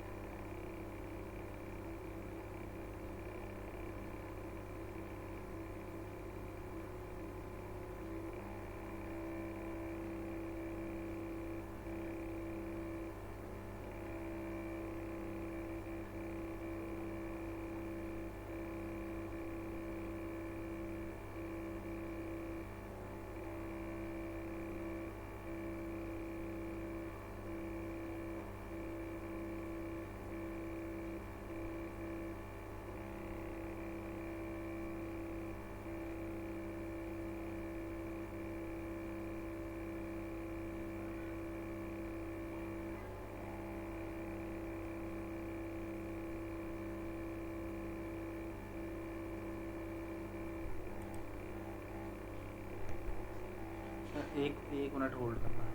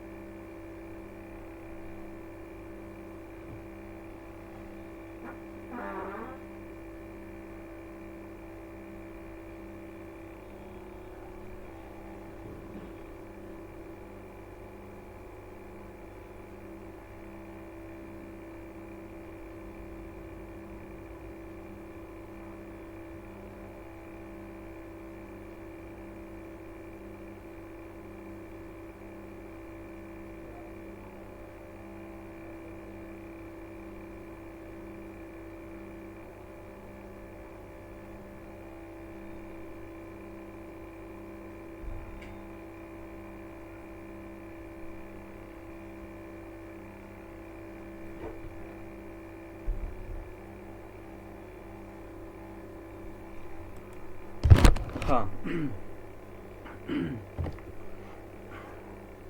कहाँ पे थे हम लोग? ठीक है। तो हाँ, हम यहाँ पे बात करें तो आपको ये क्या करना है कि आपको डिसाइड करना है, ठीक है। अभी तो 2-3 दिन लगेगा वर्डप्रेस स्टार्ट करने में। तो आपको तब तक ये चीज़ सोच के रखनी है कि आपको वेबसाइट किस टॉपिक के ऊपर बनानी है, ठीक है। कुछ है माइंड में ऐसा कि किस टॉपिक के ऊपर वेबसाइट बना सकते हो? अभी तो नहीं है सर। नहीं है तो ठीक है, कोई बात नहीं। आप सोचो, आपके पास है अभी 2-3 दिन का टाइम है आराम से, ठीक है, कि आपको किस टॉपिक के ऊपर जो है वेबसाइट बनानी है, ठीक है। देखो, या तो आप देख लो कि आप कोई बिज़नेस से रिलेटेड बना सकते हो, कोई ब्लॉग से रिलेटेड, मतलब किसी सपोज़ करो कि किसी पर्टिकुलर टॉपिक के ऊपर आपको बहुत ज़्यादा नॉलेज है, आप उसके बारे में जानते हो, एंड आप उसके बारे में मतलब कि ब्लॉग्स लिख लिख के जो है वो वेबसाइट पे अपने डाल सकते हो। तो आप ब्लॉग वेबसाइट जो है वो बनाओ, ठीक है। अदरवाइज़ अदरवाइज़ देखो, अगर आपको कुछ भी समझ में नहीं आ रहा कि आपको किस टॉपिक के ऊपर वेबसाइट बनानी चाहिए, तो आपके पास सिंपल सा एक ऑप्शन है। क्योंकि देखो, अब आप डिजिटल मार्केटिंग तो चला वो कर रहे हो, सीख रहे हो, है ना। तो आगे चल के आप फ्रीलांसिंग सर्विसेज भी दे सकते हो। किसी के लिए वेबसाइट बनाना, किसी का एसईओ करना है, ठीक है, किसी का सोशल मीडिया करना है, किसी के लिए ऐड चलाना है। तो आपको अगर कुछ भी समझ में नहीं आ रहा, तो फिर लास्ट ऑप्शन, क्योंकि देखो बच्चों को कंफ्यूज होते हैं, तो मैं बच्चों को फिर लास्ट ऑप्शन एक ही बताता हूँ कि आप सिंपली जो है वो क्या कहते हैं, उससे रिलेटेड वेबसाइट बनाओ, एजेंसी से रिलेटेड वेबसाइट बनाओ। क्योंकि देखो, इन फ्यूचर आपको डिजिटल मार्केटिंग करना ही है, सीखना है, तो आप डिजिटल मार्केटिंग की सर्विसेज दे सकते हो। तो आप सपोज़ करो कल को किसी के लिए वेबसाइट बना रहे हो, तो आप उसको दिखा तो सकते हो कि भैया ये देखो, ये मेरी वेबसाइट है डिजिटल मार्केटिंग की, मतलब मेरी एजेंसी है और खुद की, और ये मेरी वेबसाइट है। तो आप वहाँ पे दिखा सकते हो लोगों को, ठीक है। तो अगर आपको बिल्कुल कुछ भी समझ में नहीं आ रहा, आप बिल्कुल ब्लैंक हो कि आपको किस चीज़ से रिलेटेड वेबसाइट आगे इन फ्यूचर बनानी चाहिए, तो उस कंडीशन में आप क्या करोगे, आप सिंपली जो है डिजिटल मार्केटिंग की एजेंसी की वेबसाइट बना लो। दैट मीन्स कि आप बिजनेस वेबसाइट बना लो एक। Okay sir. ठीक है। जी। और अगर आपको ऐसा लगता है, मतलब ये लास्ट ऑप्शन बता रहा हूँ मैं आपको, हम्म। ठीक है, कि ये आपका पूरा लास्ट ऑप्शन है। ठीक है। और अगर आपको इसके अलावा अगर कुछ मिल जाता है आपके पास अभी 2-3 दिन आराम से, है ना, आप आराम से सोचो समझो जो भी है, तो उसके बाद डिसाइड करो। नहीं समझ में आएगा तो फिर लास्ट ऑप्शन मैंने आपको बताया, क्योंकि जब बच्चों को नहीं आता समझ में तो मैं उनको यही बोलता हूँ कि ये लास्ट ऑप्शन है कि आप अपने लिए एक एजेंसी वेबसाइट क्रिएट कर लो, वो आपके लिए बेटर है। ठीक है। यस। ठीक है। चलो फिर आगे बढ़ते हैं। अब देखो, हम लोग क्या कर रहे हैं, वेबसाइट बना रहे हैं। अब एक वेबसाइट को क्रिएट करने के लिए, ठीक है, दो चीज़ों की ज़रूरत होती है। ठीक है, भाई वेबसाइट बना रहे हैं तो वेबसाइट बनाने के लिए कुछ चीज़ों की ज़रूरत भी होगी। तो सबसे पहली चीज़ जो हमको इसके अंदर चाहिए होती है वो होता है डोमेन। ठीक है, डोमेन। अब डोमेन क्या होता है, पता है डोमेन क्या होता है? नहीं। देखो, डोमेन होता है वेबसाइट नेम। ठीक है, डोमेन नेम क्या होता है, वेबसाइट नेम। देखो, अब आप सपोज करो कि आपने एक वेबसाइट बना ली इंटरनेट के ऊपर। ठीक है। अब आपने सब, फॉर एग्जांपल आपकी एजेंसी, आपने एजेंसी की एक वेबसाइट बना ली। अब आपका जो यूज़र है, आपके जो कस्टमर है, ठीक है, उनको कैसे बताओगे कि हम्म। आपकी वेब, वो अगर आपकी वेबसाइट को गूगल पे सर्च करना चाहें तो आप उनको कैसे बताओगे कि आपकी किस क्या वेबसाइट है? तो उसके लिए आपको सबसे पहले क्या करना पड़ेगा, एक डोमेन लेना पड़ेगा, यानी कि आपको अपनी वेबसाइट के नाम से रिलेटेड एक डोमेन लेना पड़ेगा। ठीक है, तब आप बता सकते हो ना सो एंड सो कि भाई ये देख xyz.com नाम से मेरी वेबसाइट है, एक्सप्लोर कर लो, इस नाम से मेरी वेबसाइट है। मतलब कि जो भी आप वेबसाइट का नाम रखना चाहते हो उस नाम से आप अपनी वेबसाइट को का डोमेन लोगे। क्योंकि देखो हर चीज़ का कुछ ना कुछ तो नाम होता है ना, चाहे वो जी। लिविंग थिंग हो चाहे वो नॉन लिविंग थिंग हो। अगर किसी किसी प्रोडक्ट का नाम ही ना हो तो उसको आप मार्केट में मार्केटिंग कैसे करोगे, बिल्कुल। है ना? तो उसी तरीके से आपकी वेबसाइट है, अब आपकी वेबसाइट है, आपको इसको एक्सप्लोर करना है, आपको अपनी वेबसाइट को जो है वो करना है, आपको अपनी क्या कहते हैं बिल्ड करना है अपनी वेबसाइट को। तो उस कंडीशन में फिर आपको क्या करना पड़ेगा,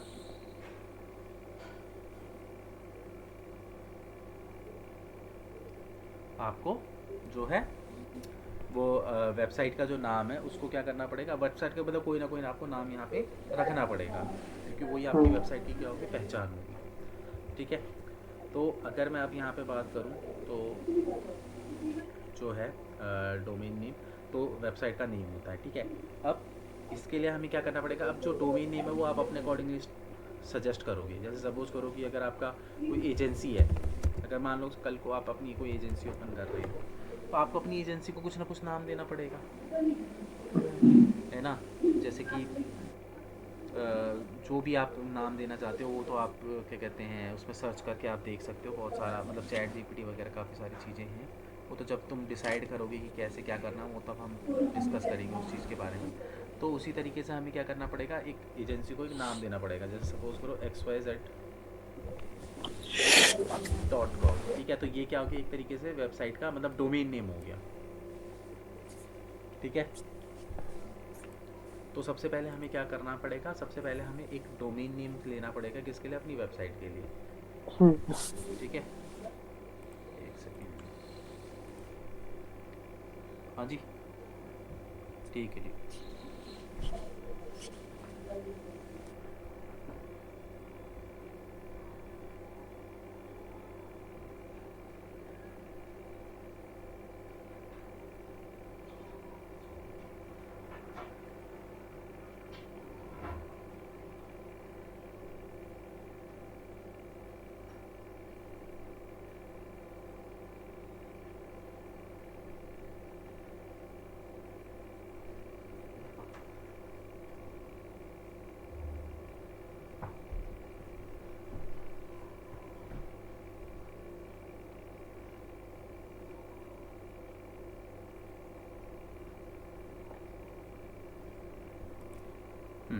तो एक्स वाई डॉट के नाम से हमने यहाँ पे क्या करा, डोमेन मूव किया, ठीक है। तो इस तरीके से हम लोग जो है क्या करते हैं, अपना डोमेन जो है वो देखते हैं। अब ये जो डोमेन होता है, देखो ये भी दो चीज़ों से मिलकर बनता है। एक तो होता है आपका डोमेन नेम,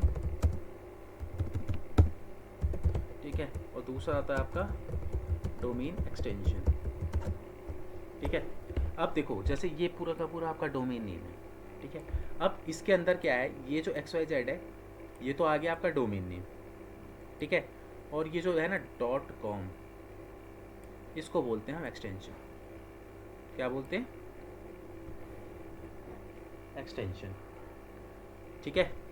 तो अब ये नाम और एक्सटेंशन से मिलके प्रॉपर जो है वो डोमेन नेम क्रिएट होता है, ठीक है। अब आप डोमेन नेम तो जो मर्जी रखो, मतलब आपका जो नाम है जो मर्जी आप रखो, बट एक्सटेंशन हमेशा अलग होना चाहिए।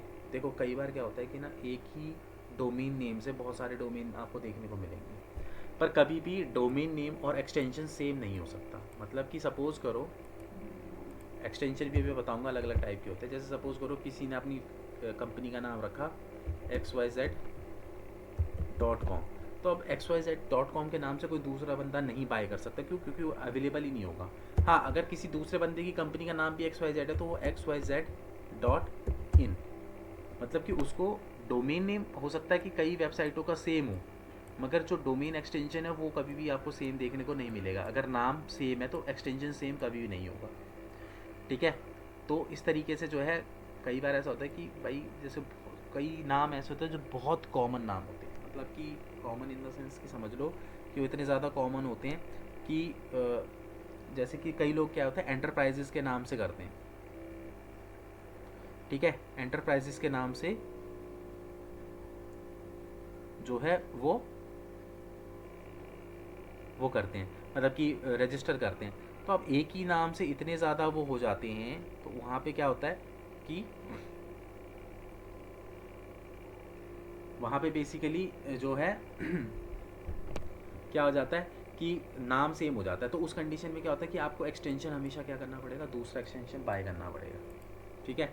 नाम सेम हो चलेगा लेकिन एक्सटेंशन सेम नहीं होना चाहिए कभी भी, ठीक है। अब अगर मैं बात करूँ डोमेन एक्सटेंशन की, तो 3 टाइप के जो हैं वो डोमेन एक्सटेंशंस होती हैं, ठीक है। एक होता है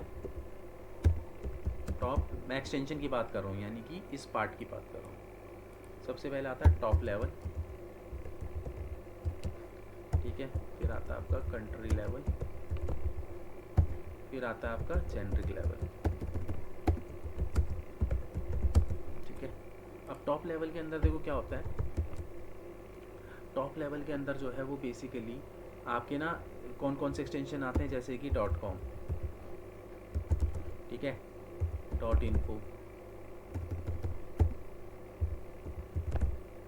ठीक है, डॉट को, डॉट इन, ठीक है। मतलब कि ऐसे टाइप के एक्सटेंशन आते हैं, इनको हम क्या कहते हैं टॉप लेवल एक्सटेंशन जो है वो बोलते हैं, ठीक है। अब इनको टॉप लेवल एक्सटेंशन क्यों बोला जाता है, इनको टॉप लेवल एक्सटेंशन इसलिए बोला जाता है क्योंकि बेसिकली ना गूगल इन एक्सटेंशंस पे बहुत ट्रस्ट करता है, ठीक है। इन एक्सटेंशन पे बहुत ज़्यादा ट्रस्ट करता है, इसीलिए इनको जो है वो क्या बोला जाता है, टॉप लेवल एक्सटेंशंस। अरे लाइन पे हो नहीं हो, हाँ जी, हूँ सर, हाँ, यही हूँ। इंटरेक्ट करते रहो तो पता ही नहीं चलता, ठीक है। तो टॉप लेवल जो टॉप लेवल के आपके होते हैं, ठीक है, टॉप लेवल के अंदर dot com, dot info, dot को, डॉट इन, ये इस टाइप के जो हैं एक्सटेंशन आते हैं, ठीक है। ये इसीलिए इनको टॉप लेवल बोला जाता है क्योंकि गूगल इन पर बहुत ज़्यादा क्या करता है, ट्रस्ट करता है, ठीक है। ओके। इसलिए ये टॉप लेवल की होती हैं। तो उसके बाद आता है आपका कंट्री लेवल। कंट्री लेवल के अंदर जैसे कि dot in, dot A you, dot U S, ठीक है। अब ये क्या है, देखो कंट्री लेवल, देखो नाम से पता चल रहा है कंट्री लेवल, ठीक है। अब जैसे इंडिया है तो इंडिया का कोड क्या है, IN है, ठीक है। अब किसी भी वेबसाइट के एक्सटेंशन पे अगर आपको डॉट इन नज़र आ रहा है, आग बंद जी करके सर, आपको पता चल जाएगा कि भाई ये तो इंडियन वेबसाइट है, बिल्कुल। ठीक है। अब किसी वेबसाइट पे अगर आपको डॉट EU लिख रहा है तो EU क्या है, ऑस्ट्रेलिया। डॉट US लिखा है तो मतलब क्या है, डॉट USA, है ना। मतलब कि कंट्री लेवल एक्सटेंशन वो होते हैं जिनके एक्सटेंशन से हमें ये पता चल जाता है कि ये जो पर्टिकुलर वेबसाइट है ये कौन से कंट्री की में बनाई गई है, हम्म, ठीक है, इनसे हमें ये सारी चीज़ें पता चल जाती हैं, ठीक है। तो यस। इसलिए इनको कंट्री लेवल एक्सटेंशन बोलते हैं। अब जैसे कोई वेबसाइट है वो डॉट कॉम है, ठीक है, तो उसके एक्सटेंशन से आपको नहीं पता चलेगा कि ये कौन सी है। भाई डॉट कॉम तो इंडिया में भी लोग यूज़ करते हैं, इंडिया के बाहर भी यूज़ करते हैं।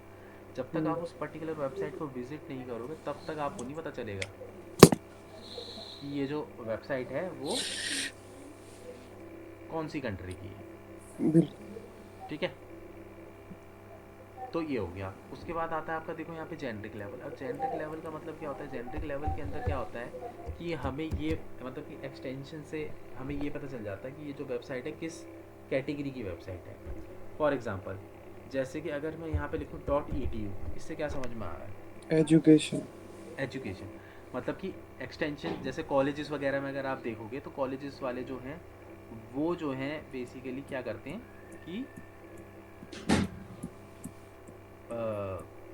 कॉलेजेस वाले जो है वो .edu का एक्सटेंशन लेते हैं, ठीक है। क्योंकि उनकी वेबसाइट जो है एजुकेशन से रिलेटेड होती है। तो वो लोग क्या करते हैं, .edu का जो है एक्सटेंशन यूज़ करते हैं, ठीक है। उसके अलावा जैसे सपोज करो मैंने यहाँ पे लिख दिया .music, क्या मतलब है इसका, सॉन्ग कि वगैरह। म्यूज़िक से रिलेटेड वेबसाइट है, ठीक है। यहीं हम्म, पे अगर मैं लेके चलूँ .sports, किस चीज़ से रिलेटेड है, गेम्स, स्पोर्ट्स के। स्पोर्ट्स से रिलेटेड है, ठीक है। हम्म, तो इस तरीके से क्या है कि जो ये एक्सटेंशंस है ना, अलग अलग एक्सटेंशंस होते हैं और अलग अलग एक्सटेंशन अलग अलग चीज़ें हमें बताते हैं, ठीक है। तो किसी वेबसाइट के एक्सटेंशन को देख के हमको पता चल जाता है कि वो टॉप लेवल का है, कंट्री लेवल का है, या फिर जेनरिक लेवल का है, जी। ठीक है।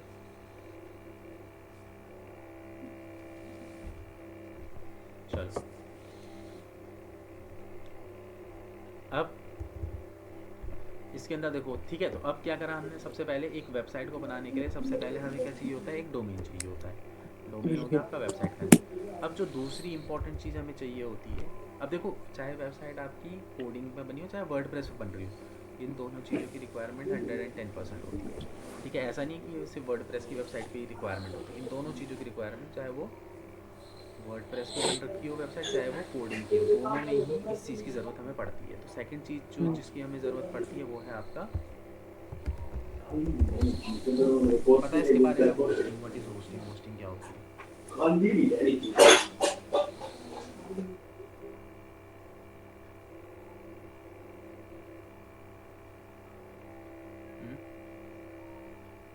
होस्टिंग किसे कहते हैं।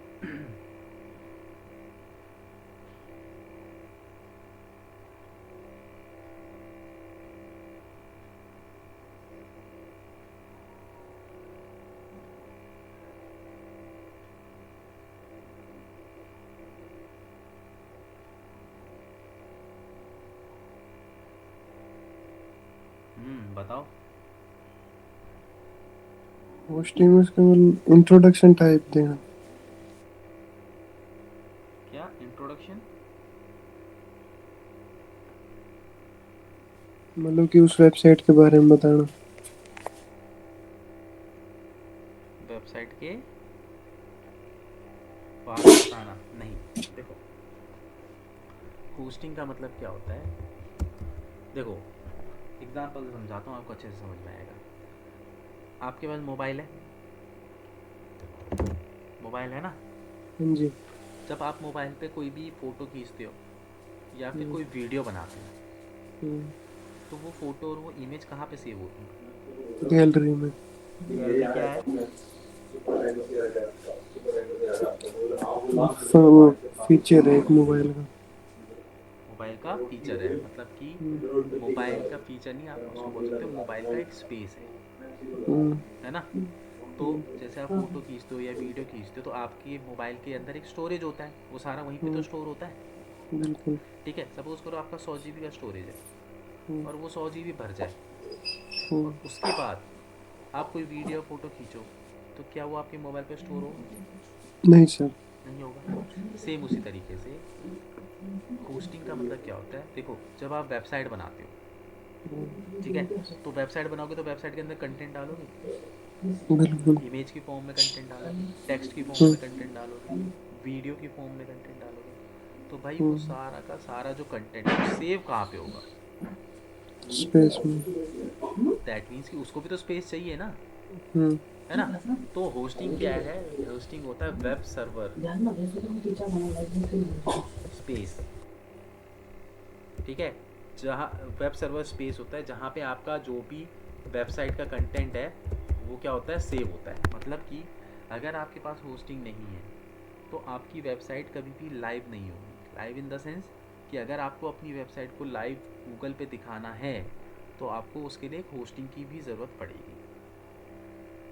मतलब होस्टिंग क्या होता है? वो होस्टिंग वेब सर्वर जो है उसकी वजह से आपकी वेबसाइट लाइव होती है, आपकी वेबसाइट इंटरनेट पे दिखाई देती है।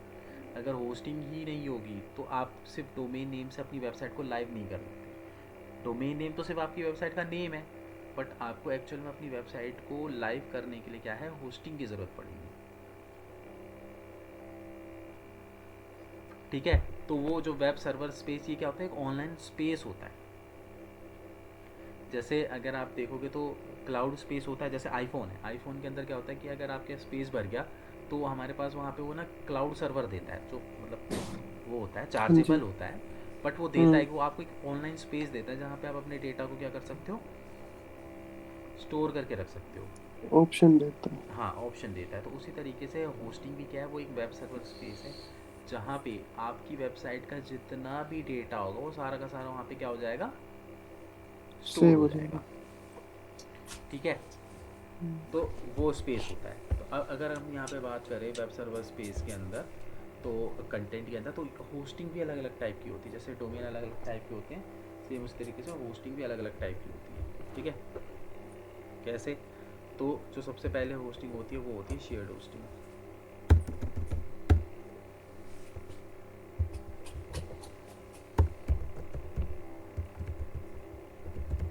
ठीक है? Shared hosting. अब शेयर्ड होस्टिंग कौन सी होस्टिंग होती है? शेयर्ड होस्टिंग वो होस्टिंग होती है, देखो नाम से पता चल रहा है शेयर, मतलब हाँ कि जी। यहाँ पे क्या होता है कि वन सर्वर, मतलब एक सर्वर होगा, उसके अंदर क्या होगा, मल्टीपल वेबसाइट स्टोर होगी।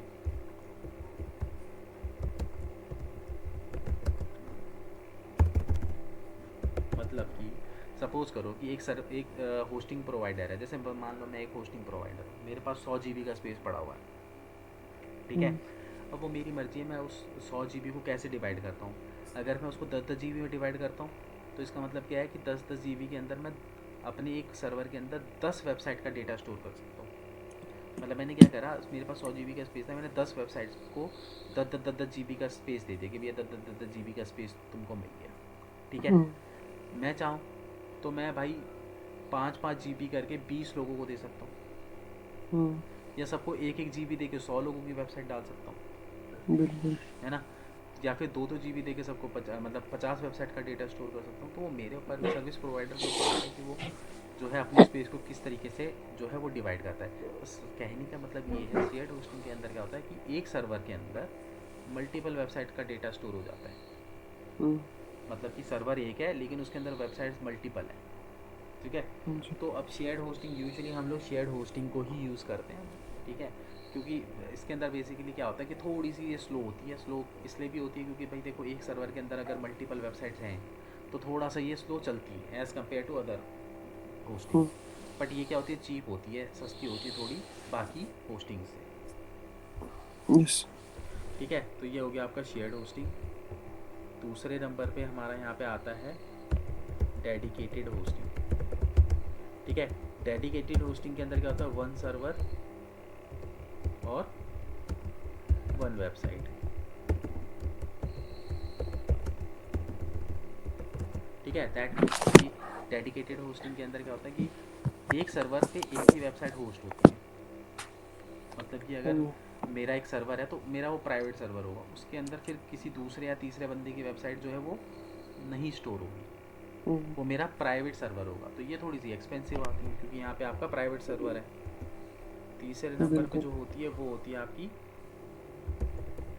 Virtual private network. ठीक है? तो ये भी क्या होती है, ये भी सेम उसी तरीके से होती है। एक सर्वर होता है और एक वेबसाइट होती है, ठीक है। बाकी इसके अंदर जब हम जाते हैं ना तो काफ़ी सारी चीज़ें होती हैं, जो प्लान्स वगैरह होते हैं, किसी की स्पीड अच्छी होती है, किसी की स्पीड वो होती है, तो उसके अकॉर्डिंगली होता है।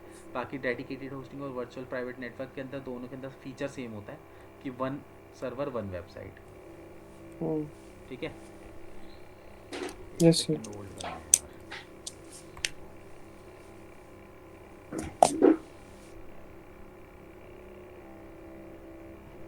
Hello hello.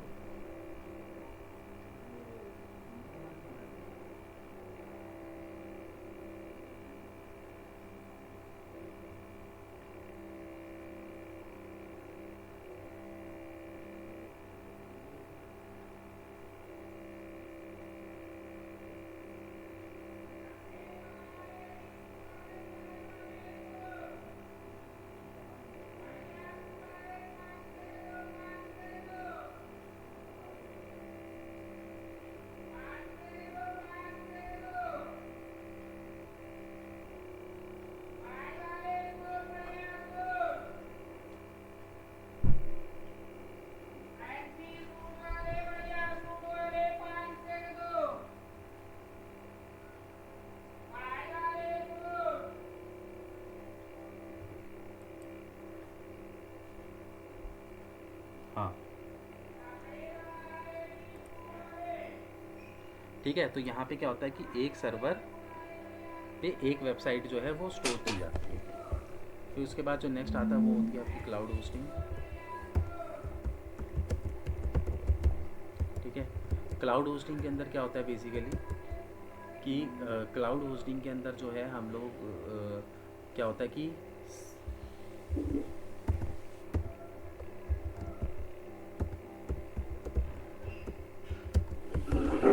मल्टीपल सर्वर होते हैं और वेबसाइट एक ही होती है, ठीक है। अब देखो ये बिल्कुल शेयर्ड होस्टिंग का उल्टा है। शेयर्ड होस्टिंग में क्या होता है, एक सर्वर के अंदर मल्टीपल वेबसाइट होती है।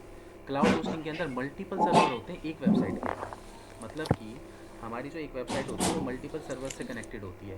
क्योंकि क्या होता है कि ये होस्टिंग होती है, कई बार क्या होता है इनके अंदर कुछ मेंटेनेंस का काम हो गया, कुछ ना इनके अंदर चलता रहता है कभी कभार, ठीक है। क्योंकि कुछ कभी टेक्निकल इश्यूज़ आ गए, कुछ हो गए, तो कई बार क्या होता है कि आपकी वेबसाइट डाउन हो जाती है कुछ पर्टिकुलर टाइम के लिए, जैसे शेयर्ड होस्टिंग है, ठीक है।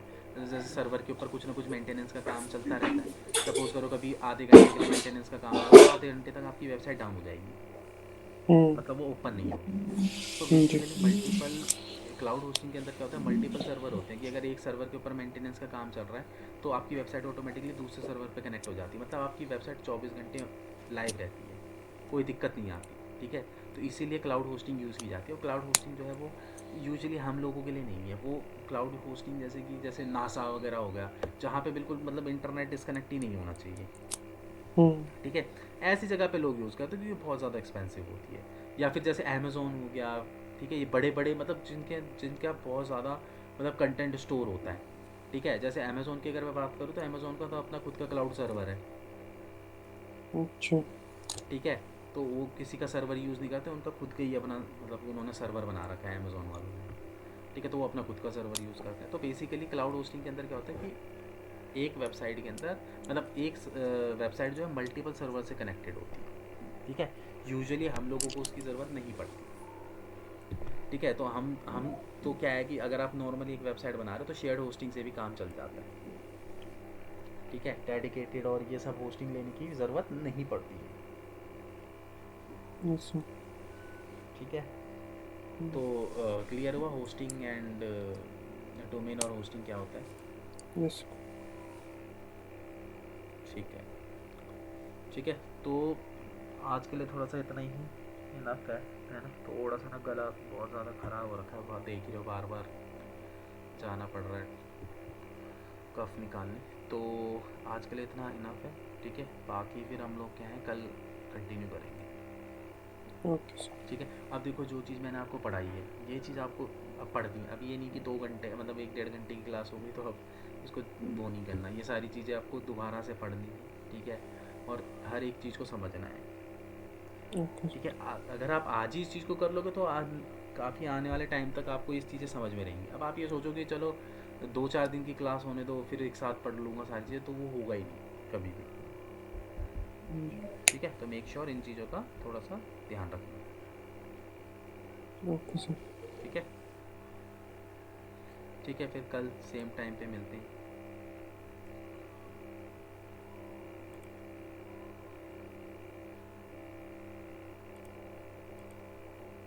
एंड वो लाइन पे चले गए लीव करके?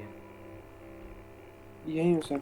हाँ, एक बार ना मेरा नंबर ले लो, इसमें ना मैसेज लिख देना हाय का, ओके। क्योंकि फिर हम आप आपस में कोऑर्डिनेट कर लेंगे ना क्लासेस का। कई बार थोड़ा 5-10 मिनट ऊपर नीचे हो जाता है, तो अगर थोड़ा इधर उधर हो गया तो मैं इन्फॉर्म कर दूंगा, या तुम कभी 5-7 मिनट लेट हो गए तो इन्फॉर्म कर सकते हैं। ओके सर, यही है जो आपने लिखे हैं। हाँ, ये मैंने, ओके सर।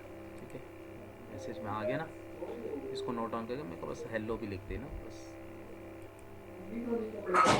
तो कोऑर्डिनेट कर लेंगे। वैसे मतलब वही है, 10 बजे का टाइम है, 5-7 मिनट कभी ऊपर नीचे हो जाता है तो कोऑर्डिनेट कर लेंगे। Okay sir. ठीक है, चलो ठीक है, फिर कल मिलते हैं। Thank you sir. ओके।